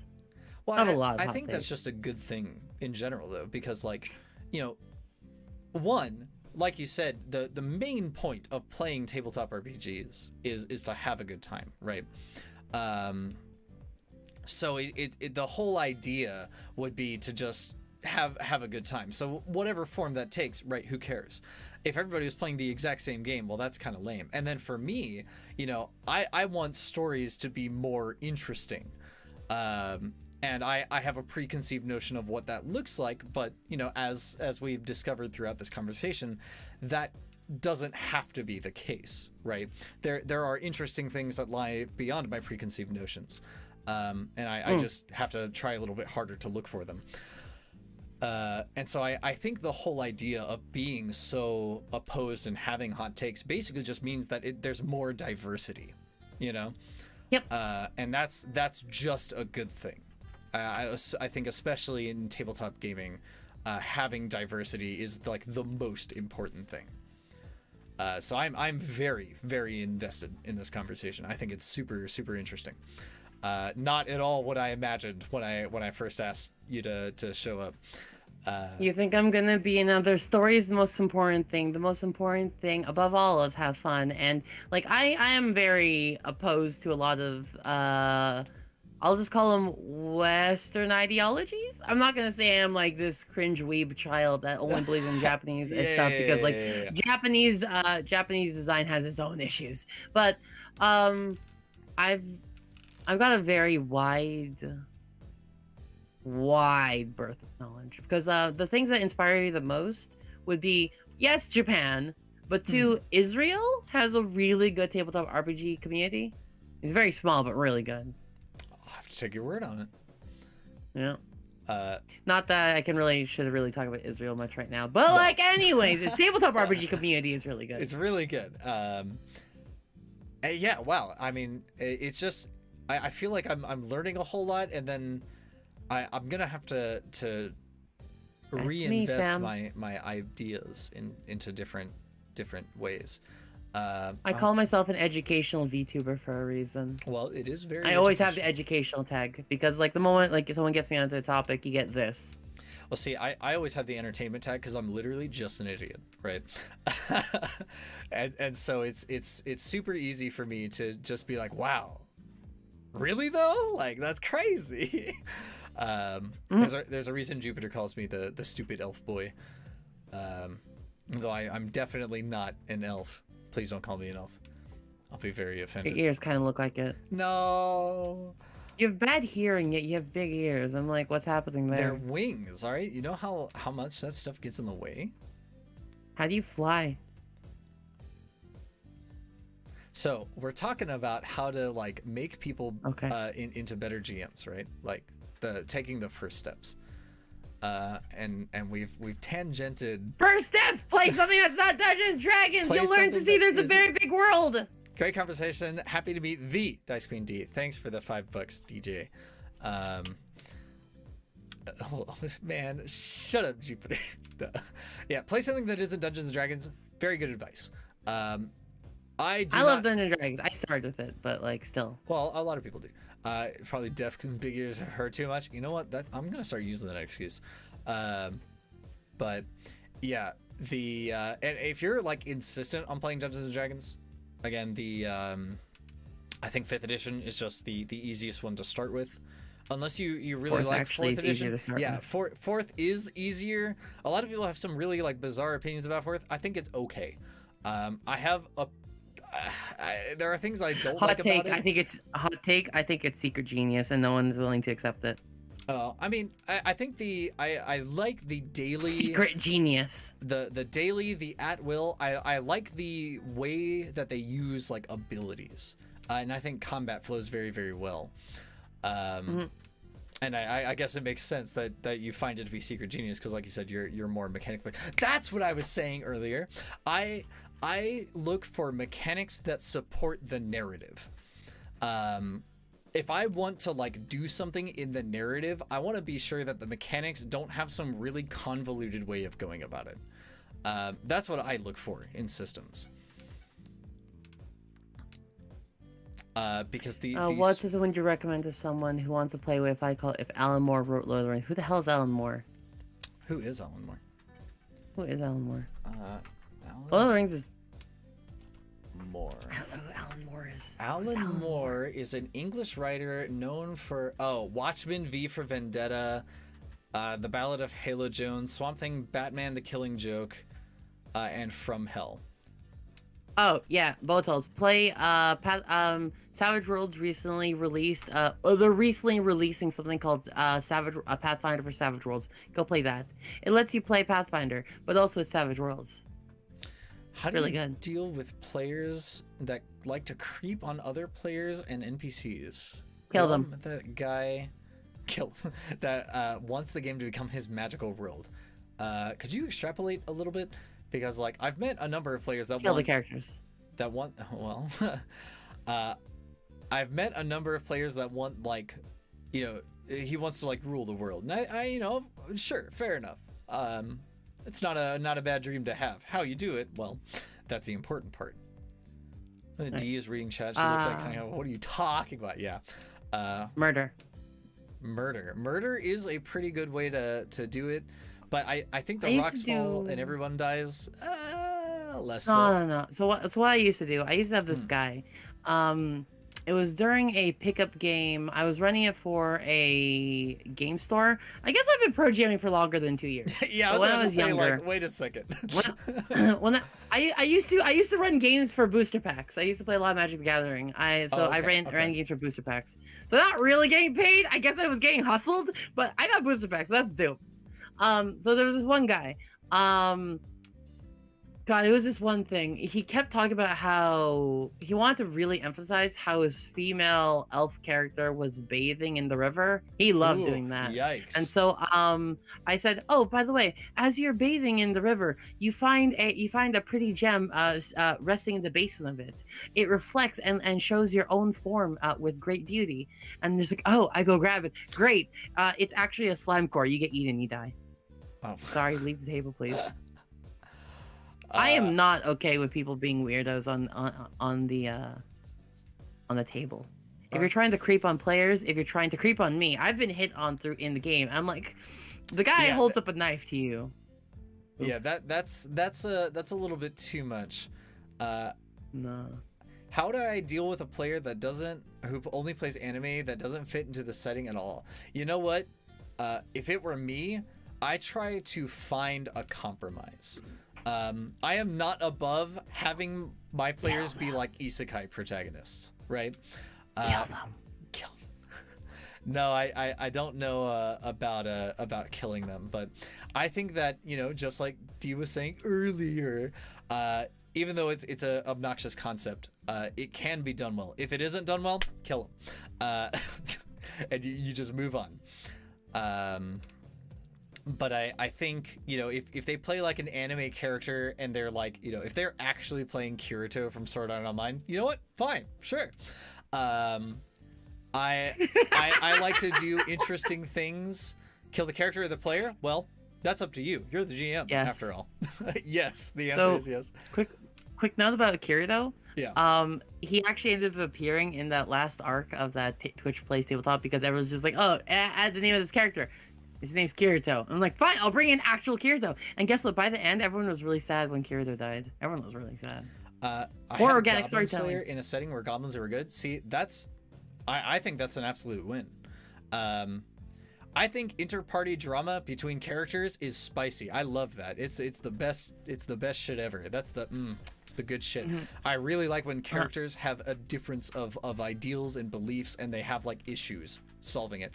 When players start yelling at each other, well, that's when you kill them, and have them step away from the table. No one was sad when Kirito died. But yeah, you know, if you showed up in one of my campaigns and you're like, I want to play Kirito from Sword Art Online. All right, sure. So you speak Japanese and everybody else speaks the common tongue, which is different from Japanese. So you can't understand the language, you know. Basically, you kind of just create natural plot threads by more or less taking advantage. When you do that, won't that just encourage them to do crazier stuff? Because that sounds like, in that kind of response, it gives them more reason, because I can't understand what anyone's saying, so I'm just gonna do more terrible stuff. Well, it kind of like feeds into it, doesn't it? Well, it does, and that's why I was saying before. You know, if that's the tone that people want out of the game that I'm running, then sure, by all means, right? I tend to run more serious settings, but you know, if we're gonna have actually Kirito, then you know what? Sure, why not, right? I'm not. I guess I'm not opposed to having like crazy things happen. It's just if I want the tone to be consistent. You know, if we're having a silly game, let's do it, boys. But if we're doing like a more traditional epic fantasy, maybe a little bit less so. Does that make sense? I guess so. I think so. No, he would kill goblins on sight. He cost the group many quests. Again, I see this as an absolute win. Absolute win. Unless the players legitimately just stop having fun, then you remove them. But like, you know, if the party argues about like, bro, you've got to stop killing goblins, and he's just like, I gotta kill goblins, you know. That's abridged. Yeah. Goblins. But anyway, yeah. Oh, I got to talk to people that made that. They're pretty dope. Well, I would assume so. I don't like super abridged dope. series. I don't think they're very funny. Goblin Slayer is pretty solid. Goblin Slayer was okay. When things are going bad, do you adjust counters or keep them? Well, I actually had a huge issue with this last night. I made an encounter that was CR appropriate, and it was just a little bit. No. Yeah. Well, it was a little bit. It's 5 ECR. 5 ECR is never appropriate. It's like isn't it like CR 3 or 5? I'm pretty sure there's like a CR 3 creature that has like 20 AC, which is dumb. Like CR does not work in 5e. Well, yeah. Who uses CR? Me. Because I occasionally need to use an encounter generator, because again, I want things to be a little bit balanced in terms of like, you know, are we killing people, or are we talking to people, are we doing like epic quest stuff or whatever. So the party was on a boat, and they are a group of 6 level 6 characters with 2 level 12 NPCs, right? And so I gave a juvenile kraken, and I lowered its HP, its AC, I removed its lightning strike, changed around its ink cloud, and that's basically all I did to it. But earlier, I gave them a horde of like fish boys, Sahagin, right? There were 15 of them, and they wiped through that in 3 rounds with nobody taking more than 20 damage, because God, our rogue deals crazy amounts of damage with the new Tasha's steady aim feature, because he just gives himself advantage as long as he doesn't move. So he deals like an average of about 45 damage per turn, and it's just obnoxious, right? And then we have 2 fighters and a Hexblade Warlock who is just a budget fighter. So they mowed through those Sahagwin without any issue. So I was like, all right, juvenile Kraken, right. It's gonna be easy clap. They got bitch slapped so hard, almost a complete TPK, and they were kind of like complaining about it afterwards. And I was like, bro, oh man, I thought you guys would have done way better. Well, guess not. So in answer to the question, do I adjust it? I am not above fudging dice for the sake of dramatic effect. I think if it can make things more interesting for the characters or the game itself, I will adjust things as necessary. So like, for example, if somebody is going after their like long lost father who turns out to be like a big antagonist, I don't want another party member to just one-shot the guy, right? That's super anticlimactic. It's lame for the character involved. And so you know, if he like crits, I might give a little bit more HP, just so the character that's like there to do the thing that they want to do, they have the option, right? Why not leave the HP? Like, are you talking, like, why not leave the HP? Because wouldn't that make the character feel more heroic that they got to do it very quickly? Well, no. Like, if another character, right? So, like, if you're the paladin, right, who's gonna go banish the demon, and you have like all these story hooks leading up to this final moment, and then like your party's rogue is just like, actually, I kill him. My natural argument against that one would be, wouldn't that potentially create inter-party conflict where you're like, I can't believe you killed it before, like, where's my narrative arc? It's like, I just had to do it. Wouldn't that add your spicy conflict that you like? You would think so. In practice, or at least in my experience, it just makes everybody feel kind of bad. I mean, the rogue is having a great time, right? He's just like, yeah, I totally did it. But then, like, you know, the person that wanted this to be a thing, it kind of feels robbed. They're just like, it does. Oh, well, that kind of sucks. Then in character wouldn't have been like, I don't know, how I would handle that. I've always been someone that the only reason I would ever fudge dice is to hit the players more often. Only because an enemy missing you 4 times is boring for an encounter. Oh yeah, no, definitely But agree. I don't adjust HP and things like that, mostly because I don't know, it's like I don't like fudging or changing the encounter in the middle of a thing, primarily because I want to keep the dice rolls honest.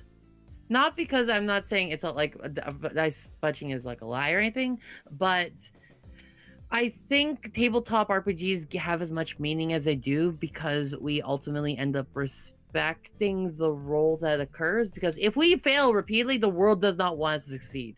If you die because you failed, if you got nat 1 3 times in a row, there's like next to no narrative plot device that I think is reasonable that could let you out of that. You know what I mean? Like, the world wants you to die. So then if at this point you've railroaded them into a point where their failure doesn't matter, and the only reason any future bad thing didn't happen to them or did happen to them is because your whims as a GM has interposed fate. And I don't think I like that. Because that means it's, if you want to do that much, write a book, because the reason why we play tabletop RPGs is it's because it's collaborative. And the thing is, the dice is a player too. If the dice decide you shouldn't be doing this and that you're just failing over and over again, respect it, because once again, if you just want to tell a story, write a book. I guess my big thing against that is I don't respect the dice. I actually go out of my way to not roll dice if I don't have to. And I can hear the, well, write a book.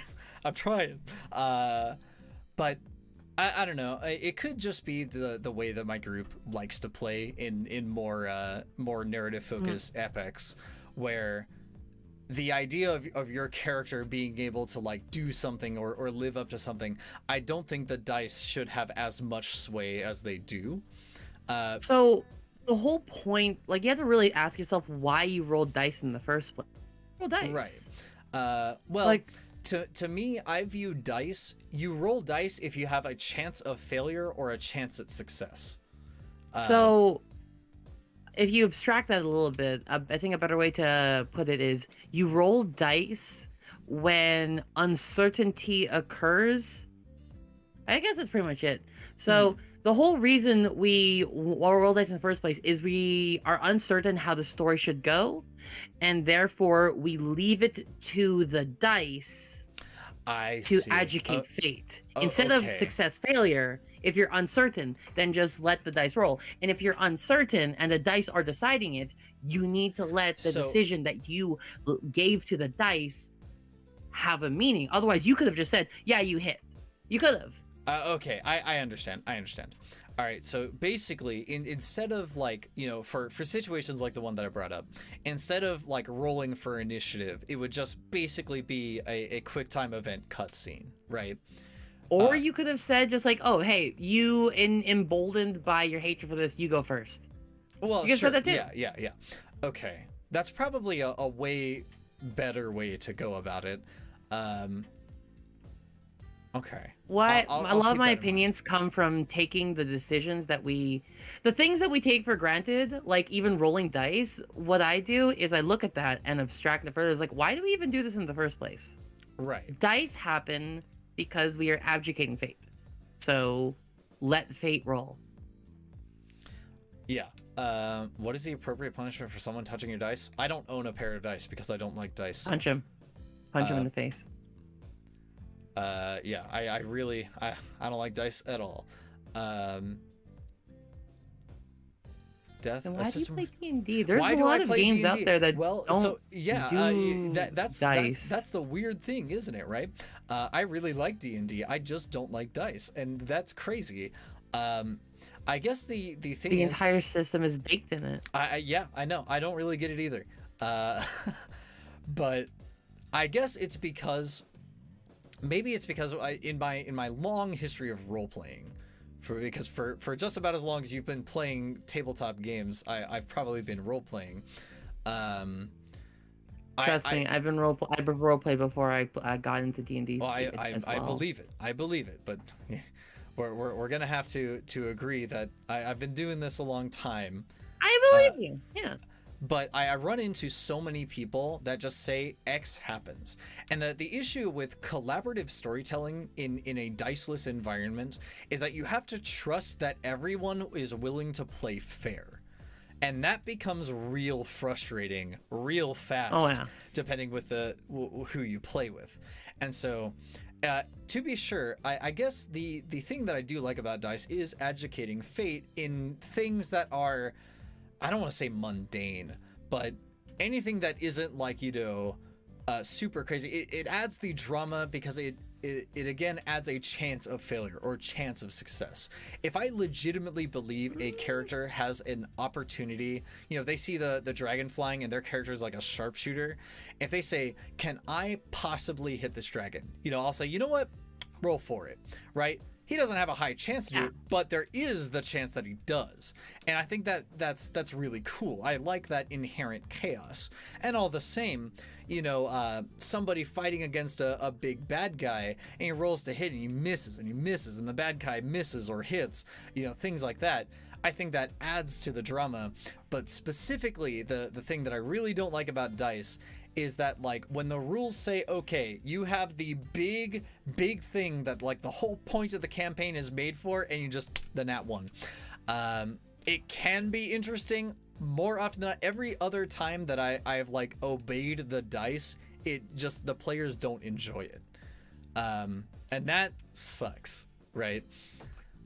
What I like to do in those kind of scenarios is I double down. So if, say, a player is trying to do something really important and fails, this is where I actually double down and make the scenario even worse. Because, like, here's the thing.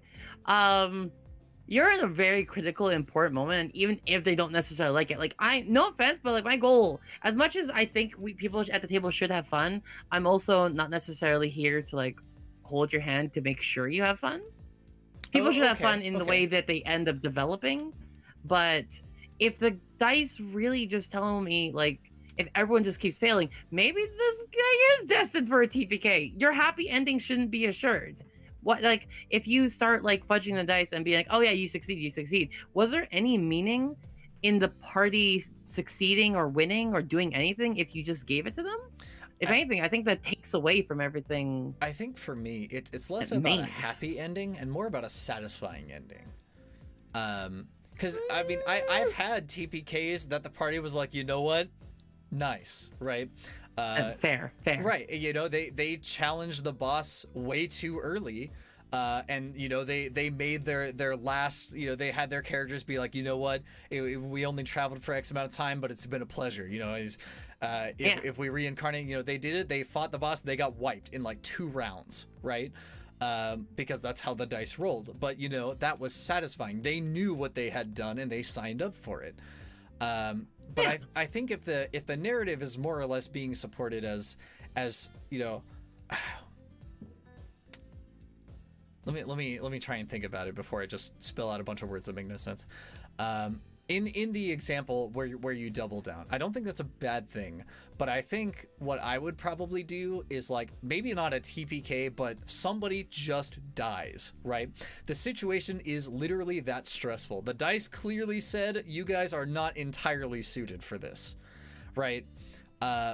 But maybe on the following enemy's turn, I'll kill like a player, and then he monologues a bit rather than just casting his like 9th level fireball and wiping the whole party. Not only is that kind of tropey, but it adds a little bit more to the drama, and hopefully it makes the other players who are, you know, presumably rolling terribly, you know, like, God, we just gotta pull our shit together. Like, maybe we can, you know, maybe we can do this, or I'll go for the sacrificial play, right? That's cool. And if everybody TPKs that way, I think that's a much more satisfying ending than, well, the bad guy says Lamau and you guys die. Makes me really hate the spell power word kill outside of extremely specific scenarios. Yeah. I can see where you're coming from, but also it feels the situation you described also implied a good GM in the first one and a bad GM in the second, is what I feel. Yeah? A little bit. Okay. Mostly in that, like, I don't know how to say. I don't know how to properly say this. I don't think he gave the second example as good of a point as the first one. I'm not sure how to really state that any differently, but yeah. Like I get what you're trying to say here, but like, yeah. All right. Other than like the Dice Lamau thing, you know. Well, yeah, the Dice Lamau. I would hope you would agree there. I guess for me, wow, I've said that so many times. I don't think the GM's job is to like kill the party. You know? No, I don't think so either. Well, I've met a fair amount of people who would happily argue, be like, well, I control all the enemies, so that means I have to kill you or inconvenience you at every given scenario. I think the GM's job as the game master is also the storyteller. And yeah, I guess this is just another like major difference between the way that we run. Because I want things to be a lot more cinematic, where you're a bit more of a servant of chaos. You know, that's the way that fate rolls. Damn, that's how it goes. I mean, I was being plenty cinematic with my Star Wars character. Cinematic in a different way, fam. Yeah, you know that's true. That's true. You have to kill the party, just make it look convincing that you tried. Even then, I think it's okay to give the party like a pretty big break every so often. You know, a balance of things. Well, I think that if they have gone through like, for example, if they like save a town or a village or something, you know, they should be able to rest in that village and not have to worry about taxes, you know? That would absolutely. be stupid. That just doesn't make any sense. And so that would be like, yeah, you can rest for like a week here and sort of recuperate, maybe do a little bit of lighthearted roleplay while the evil at bay is, well, at bay.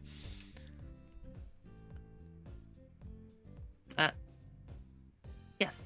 Yes. I don't know how to add to that. I was kind of nervous of a, well, I guess if you're garbage, you can do that. I'm sorry. Is there? Okay, so I know. Okay, so this kind of ends up happening a lot because I have a very strong opinions and like. It's okay. I do too. People actually do get nervous around me primarily because I come off like I know a bit. My apologies if that's how how I'm coming off. By far, I am not offended at all. Like I have tough enough skin for like, you know, when you're like, oh, I think that's kind of a bad GM mistake. You know, I'm not gonna be there like, she called me a bad GM. You know, who cares, right? It's criticism. You don't think that that's a very good idea, and I don't really understand why you don't think it's a good idea. But I mean, that's just a difference. And I think it's very man, you know, that's kind of something to be commented on just in general. I feel like a lot of people who like don't agree are just incapable. I've seen this so many times where they just argue, right? But I'm interested to understand why there is a difference, right? And it when could be. I used to do this thing a while ago. I used to do this thing where people hired me as a GM coach. So I used to get paid like $30 an hour to just sit on people's game and give them notes. And one person actually fired me because it was too harsh. Too harsh. Yeah, I would agree that I don't think. I think probably the first game, if I ever end up being a player in one of your games, I would assume that the first game, if you ever ask me for what my thoughts are, you can assume that I'm gonna be like, damn, that was like crazy ridiculous, what the heck. But after a while I'd probably get used to it, because I just don't have like a perception, or sorry, not a perception, god, a perspective from where you're coming from. I like kind of understand what you're saying, but I can't really envision it, because all of my experience is just totally different. Yeah. So I'm sorry if I'm not like staring at the camera right now. There's like ants I'm trying to beat up right now. Sorry, my apologies. The ant queen, she's back. No, I'm so tired of all these ants. Like, sorry, like I haven't been like staring at this camera screen in a while because like 8 ants tried to go for my cup of water. Try watching her D&D streams once. I said this the other day. I'm so sorry. I'm really bad at watching streams. I'm terrible. That's fair. Terrible I don't watch streams either. And I get bored.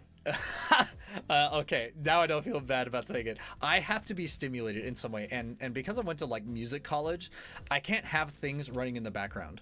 I can't listen to music and relax like at all. And so if I have someone stream on another monitor, I just can't pay it. I either pay attention to the stream or whatever else I'm doing. There's no like difference. It's like why I don't watch Critical Role or things like that, because like, so the way I see it is, this is 4 hours I could listen to someone else's story, or 4 hours I could say be thinking of my own and writing my own, or doing something else. Anything else, I don't have the 200 hours plus in order to catch up on Critical Role season 1 or 2. I don't have that. Sure. And I don't watch it for a variety of reasons. I think Matt Mercer, great guy, super swell guy.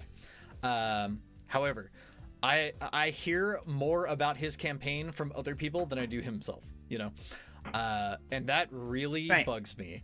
I swear to God, I might as well be like partially caught up on Critical Role just for having like been in proximity of conversations about it, right? And it almost just makes me be like, God, why do I even want to watch it, right? I literally just don't care, and it makes me kind of frustrated, because sometimes, and you know, a lot of my players, I don't assume they do this on purpose, but sometimes we'll be talking about like the end of a session or whatever, like, you know, things I could have done better, things that were already done pretty good, and they'll be like, well, in Critical Role, I'm just like, God, you know, I'm not Matt Mercer, right? I'm sure if he was in control of this game, it would be like the most poggy-woggy things ever, but that's not me. And I'm not going to run Critical Role for you. I say this a lot, but like when it comes to Critical Role, it kind of has the kind of same connotations as porn, in that it creates unrealistic expectations of what the experience should and what okay, is like. Sorry, I was like trying to think about that a little bit too hard, and wow. It creates unrealistic expectations. Yeah. I would agree there. Holy crap. Wow. Sorry. Where do you think it was going? Don't please. We already had the World of Darkness discussion, so let's not extrapolate any further. Anyways. Yeah, so anyway. I hope you had fun thus far. We only have about 50 minutes left. Ish. 50 minutes, a lot, fam. Really? I just saw. Eaten. I haven't eaten, essentially. Okay, that's my bad. I'm very bad at this. I was seeing in chat somebody was making fun of you for streaming it 8 hours at a time. Oh, and I was like, bro, how? So here's the thing. Oh, okay, all right. I randomly just like stream, like every once in a while. I'm like, yeah, I'll have a regular 4-hour stream, and then I'll just like wake up at 6 a.m. and be like, Let's go. And then I'm there for 17 hours. Oh my god. I have It just extreme happens. issues streaming longer than like 5 hours. Mostly because like I'm kind of like bad at talking to people.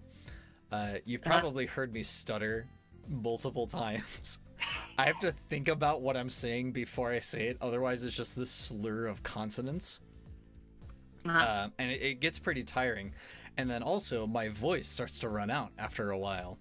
And it's usually the 2.5 hour or 3 hour mark. And it's really my fault for just not keeping water around me. I have a mini fridge right next to me, but it's just empty all the time. Why? Because I'm a big idiot. You should probably put water in there. Well, yeah, but you should probably eat before streaming, right? I ate a little bit, but it wasn't enough. Oh, I see. I eat basically once a day, and so usually it's after stream that I eat and then just kind of relax. I have a nice burger.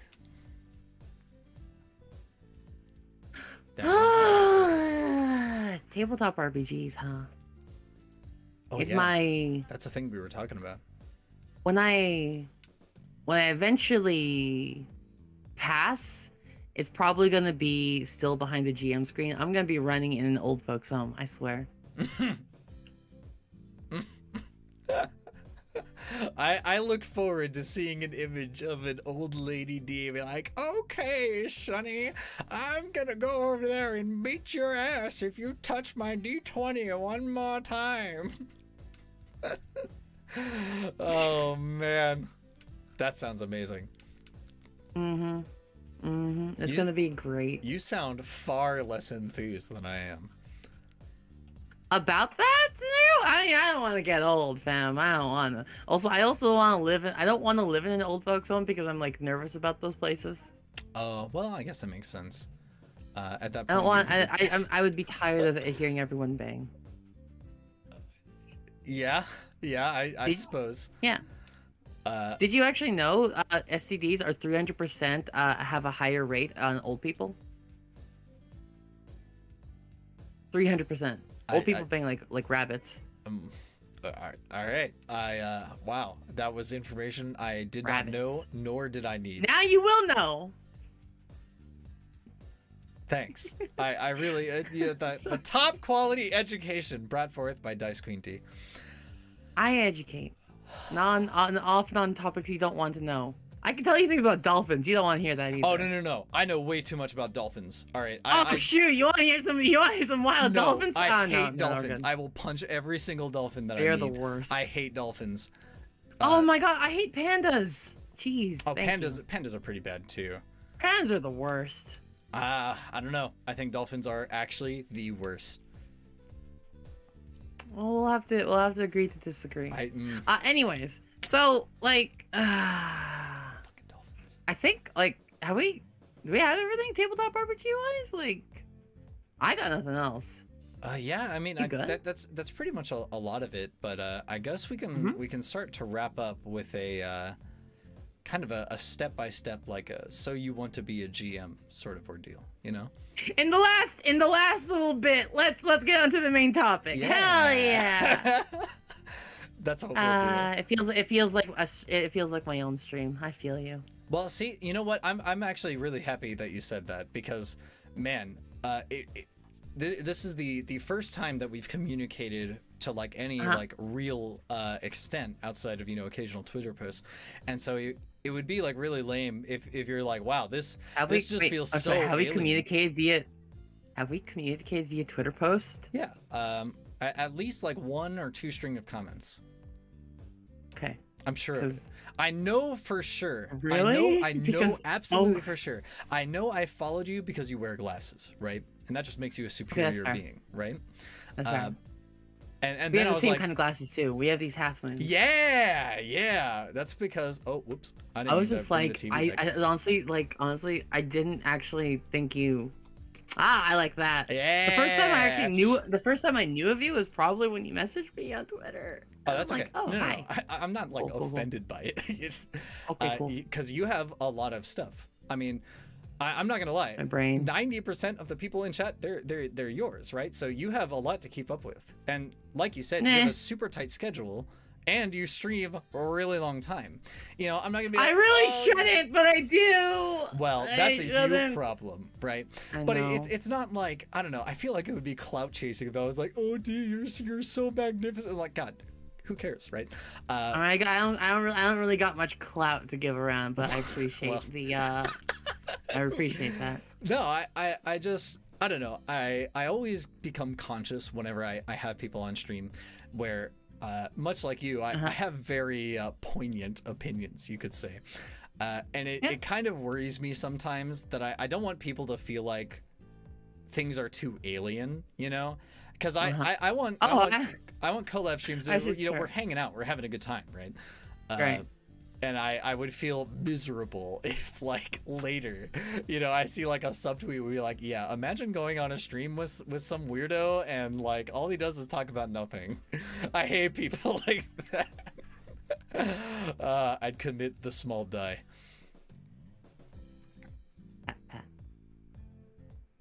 It's okay. All right, she didn't say no. It gets easy. It gets easier. I'm gonna commit the small die. Oh God, no! She didn't say no. let me put on my crying face, and now I'm sad. No. I can give you a sad face. Oh, I can be sad too. We'll be sad together. Look at that. Look at the sad. Cry. Oh wait. Weren't we like about to talk about something? Yeah, right. Oh, you want to be a GM? First step, everyone. Here, we'll write it God, down so we don't forget. I'll the only things I'm thinking about are like advanced techniques. I'm trying to think. First step. Get dice. Get dice. All right. Second step. Choose a system that everybody agrees on. Do you think that's no? Good? Fuck No, that. no? Fuck them. Nah. Fuck that. Look, here's the thing. So, if it's a system everyone agrees on, I'm willing to bet it's gonna be Dungeons and Dragons because everyone's like, "Oh, is there any system other than Dungeons and Dragons?" And I'm like, yes. Well, so if you say everyone agrees on, you're gonna be like one person. Everyone else will be D&D, and then you're getting your ass whipped. Well, no. I don't mean like, you know, everybody votes on a system. More that like as a GM, if you find a system that you like and you're like, "Hey guys, we want to play this." I'm gonna say something really terrible. Yeah. But there will always be more players than GMs. The GM has so much sway because the idea is, oh, you don't want to play here? I guess I don't know. There's other GMs. Go play that. All right. So the you as a GM will be able to go kill the players. Second step is to find a system you, the GM, want to run. So like, I think finding a system that you want to run, because like, what are the players gonna do? Go find somebody else? They can, but also you can find a new group of players. It's super easy to find players. Literally make a post like, hey, I could go on Twitter. I can go to Twitter right now and be like, hey, who wants to like play in a game? It's this system. Be like, oh man, a tabletop RPG, I'll join. Or like even Roll20 or even any forum, and you'll find players. There's always more players for the GM. So play a system you want. All right. Then what's the third step?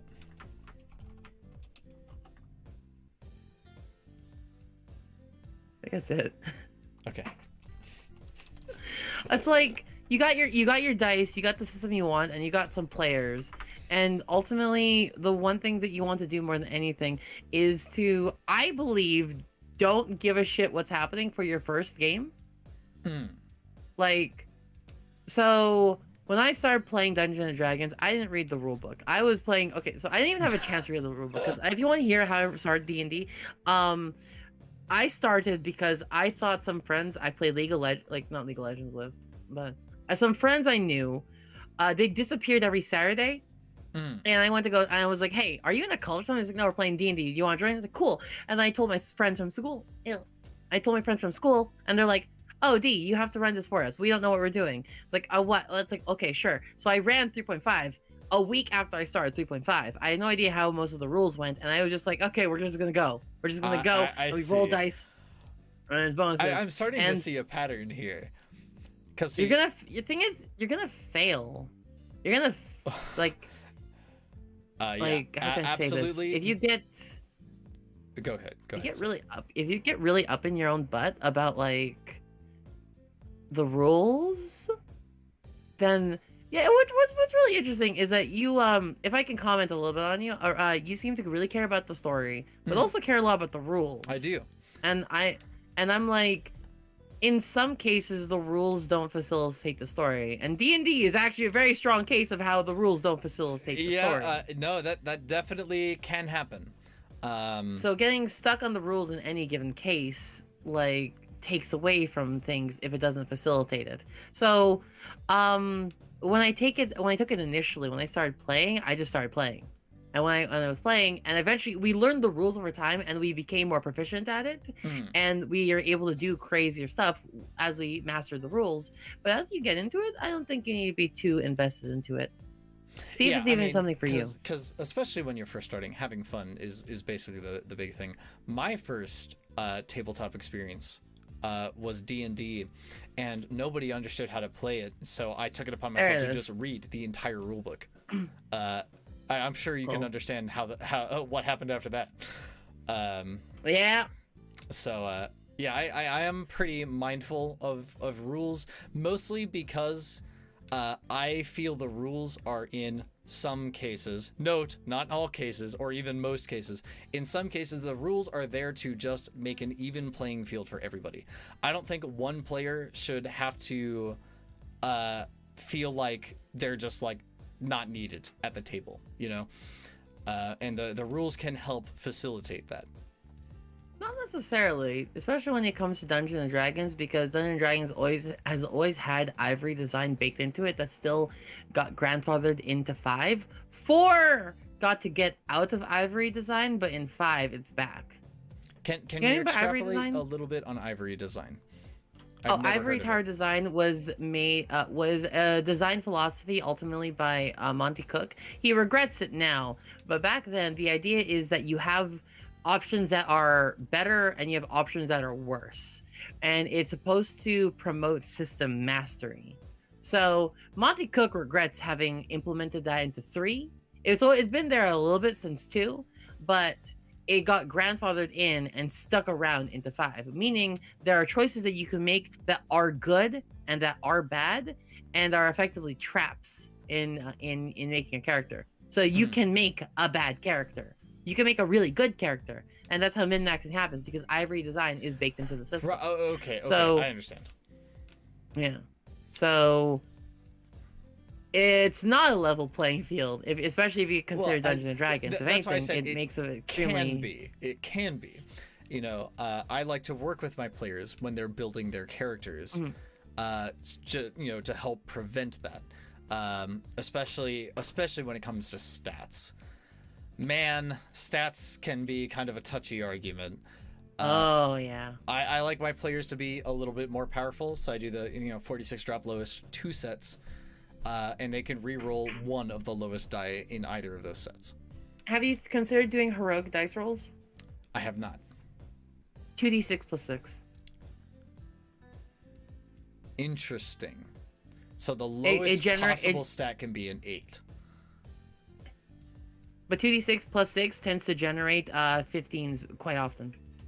I see. Because where 2d6 tends to fall is 7. So bare minimum, it starts at 13 and it generates towards 15 very frequently. Right. So the lowest possible would be 8 and the highest possible is 18. Yep. Very frequently. That's pretty good. Wow, I didn't even think about that. All right. Well, I've been doing tabletops for a long time. Well, and not only that. Yeah, no. I constantly do the whole analyze why we do things to begin with thing. So I come up with that stuff like a lot. Yeah, I grew up in you take things at face value because everything's moving at 1,000,000 miles an hour and you don't really have time to think about it that hard. And so it's like, all right, well, here are the rules. Here's what we're playing. This is what we're doing. And this is how it goes. And man, I've had a lot of GMs who do this horrific thing where they start up a game, it's real fun, and then they stop running it because they get like another idea and they just don't care about running the game anymore. And so then it has to fall on a player to either continue the game themselves. Alternatively, they run short campaigns and they just finish their idea. Well, but that doesn't happen because of Western culture. Well, so no, see that's not the issue, right? Because one session doesn't really make for the world's most interesting campaign, right? Yes. Right. So like I definitely agree that running shorter campaigns, I'm mostly okay with that. But if we can last past the second session, I'll be goddamn happy, you know? And I'm especially burned by this because in the 4 times it's happened to me, 3 times it's on like my character's like story arc, you know? So I'm just especially mad. I'm playing a Final Fantasy game and I was playing like a fairy who had an item that accidentally summoned like random deities that we had to fight. And so like the whole joke is that my character is like, I seal back the darkness that keeps the world in check. And it turns out I wasn't lying. And so it was real funny once. And then we're like, oh God, now we have to stop it. And then the game ended.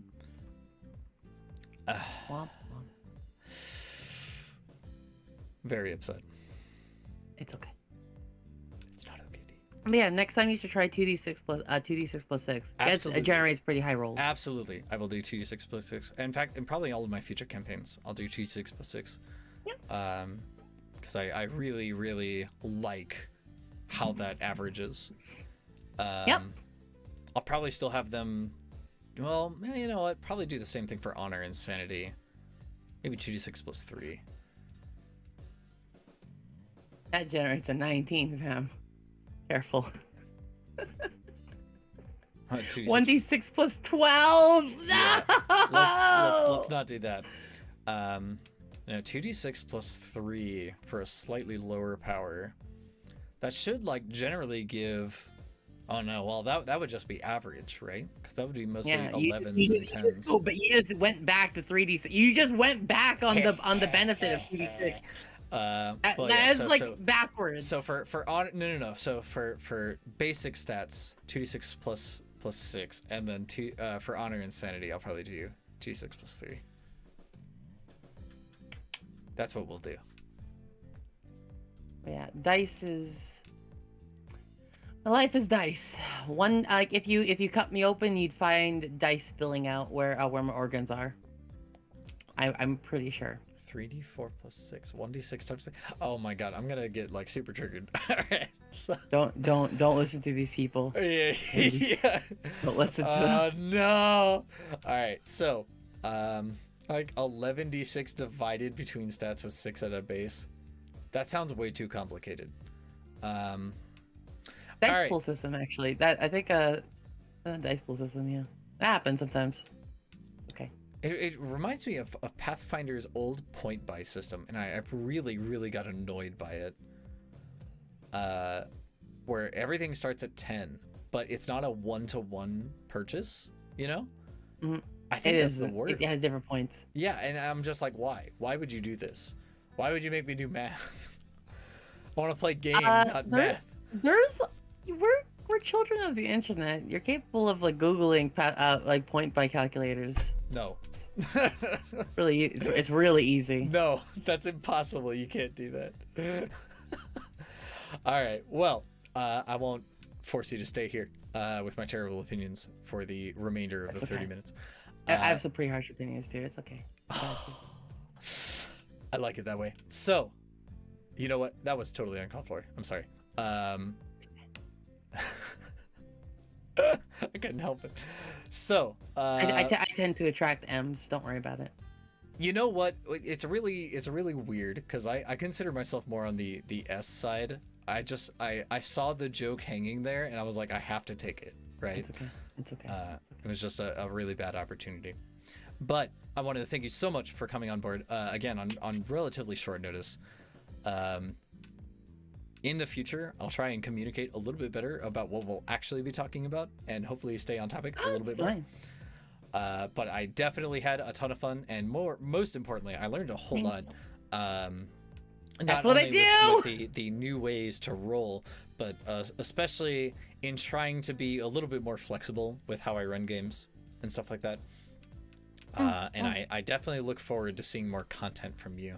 Have you considered like making shorts for like Twitter or TikTok. YouTube? I have. I have been making shorts for TikTok, and it's just me being cute. I know it should be D&D stuff, but also I just know I'm lazy. Well, I want sure. I want a more honestly I've been working on it, and mostly I want a model that would like appeal to more people. Like I love this one, but I can be, how can I say, hit or miss for some people. I have a little chibi one, and it's super cute. I know. I've definitely seen the chibi one. Honestly, I quite like the one that you have. It reminds me of an RPG that I started playing called Wilder Myth. It's really, really fun. Oh, yeah. That. I like that. I have so here's the thing. I have art for a 2.0 of mine, but I just can't find the rigger. Because it's 3/4 body. It's not like face forward. Yeah. So a lot of people don't want to take that. Well, I might know some people who would be up for the challenge. Interesting. Perhaps. Naruhodo.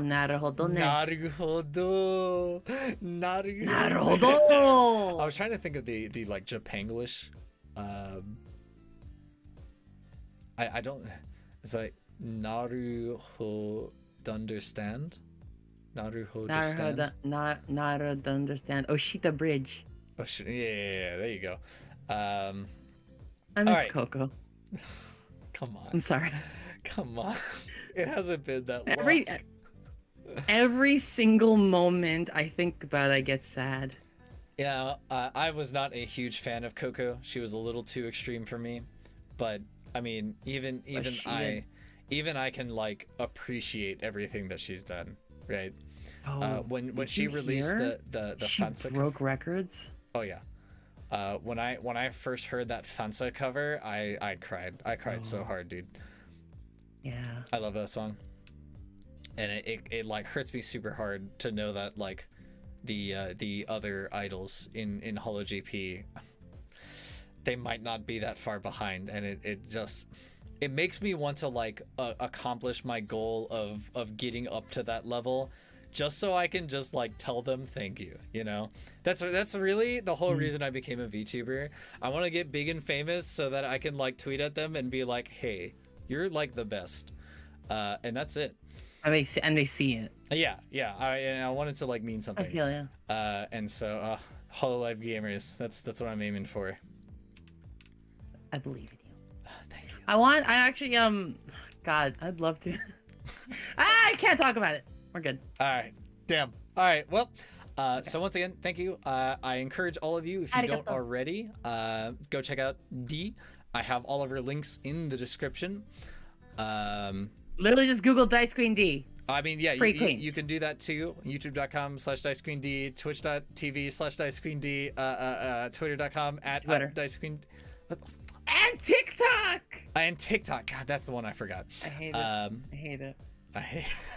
Okay. Well, go check her out if you haven't already. And definitely go check out her video about the Holomyth thing that she analyzed. Did you watch it? That was like 50 minutes. I did not watch it. Okay, good, because that was 50 minutes. I don't expect anyone that should have watched that. Watch it. 50 minutes. Everyone is required. Watch it. Please don't. It's 50 minutes. No, it is definitely too long. Isn't it pronounced die? Actually, how is it pronounced? I just assumed it is D. It is D. Oh, let's go. He's messing with me. Holy crap. He's messing with me. It's D. I'm so good at video games. Holy crap. Thank you. Yeah, so go check out all of her content. Tomorrow I'll be doing Wilder Myth with Galia and that stinky Claire, which is a fun RPG. And then on Friday, be doing a copyright-friendly acapella karaoke. So if you guys want to hang around for that, check that out. You can get to hear me sing my brains out before D&D. So. D&D. Yeah, once again, thank you so much. And thank you, Pachi. On this channel, we have a bit of a ritual where we say "Ots Kagerou." You know, it's clever, right? And we'll do that, and then we transition to the ending screen. Then we chat a little bit, and then that'll be it. Okay. All right, so you ready? We got say no. Ots Kagerou. Oh my God! Come on, you're supposed to like. You're stabbing me again. Oh. Ah! Okay. It does hurt this time. Okay.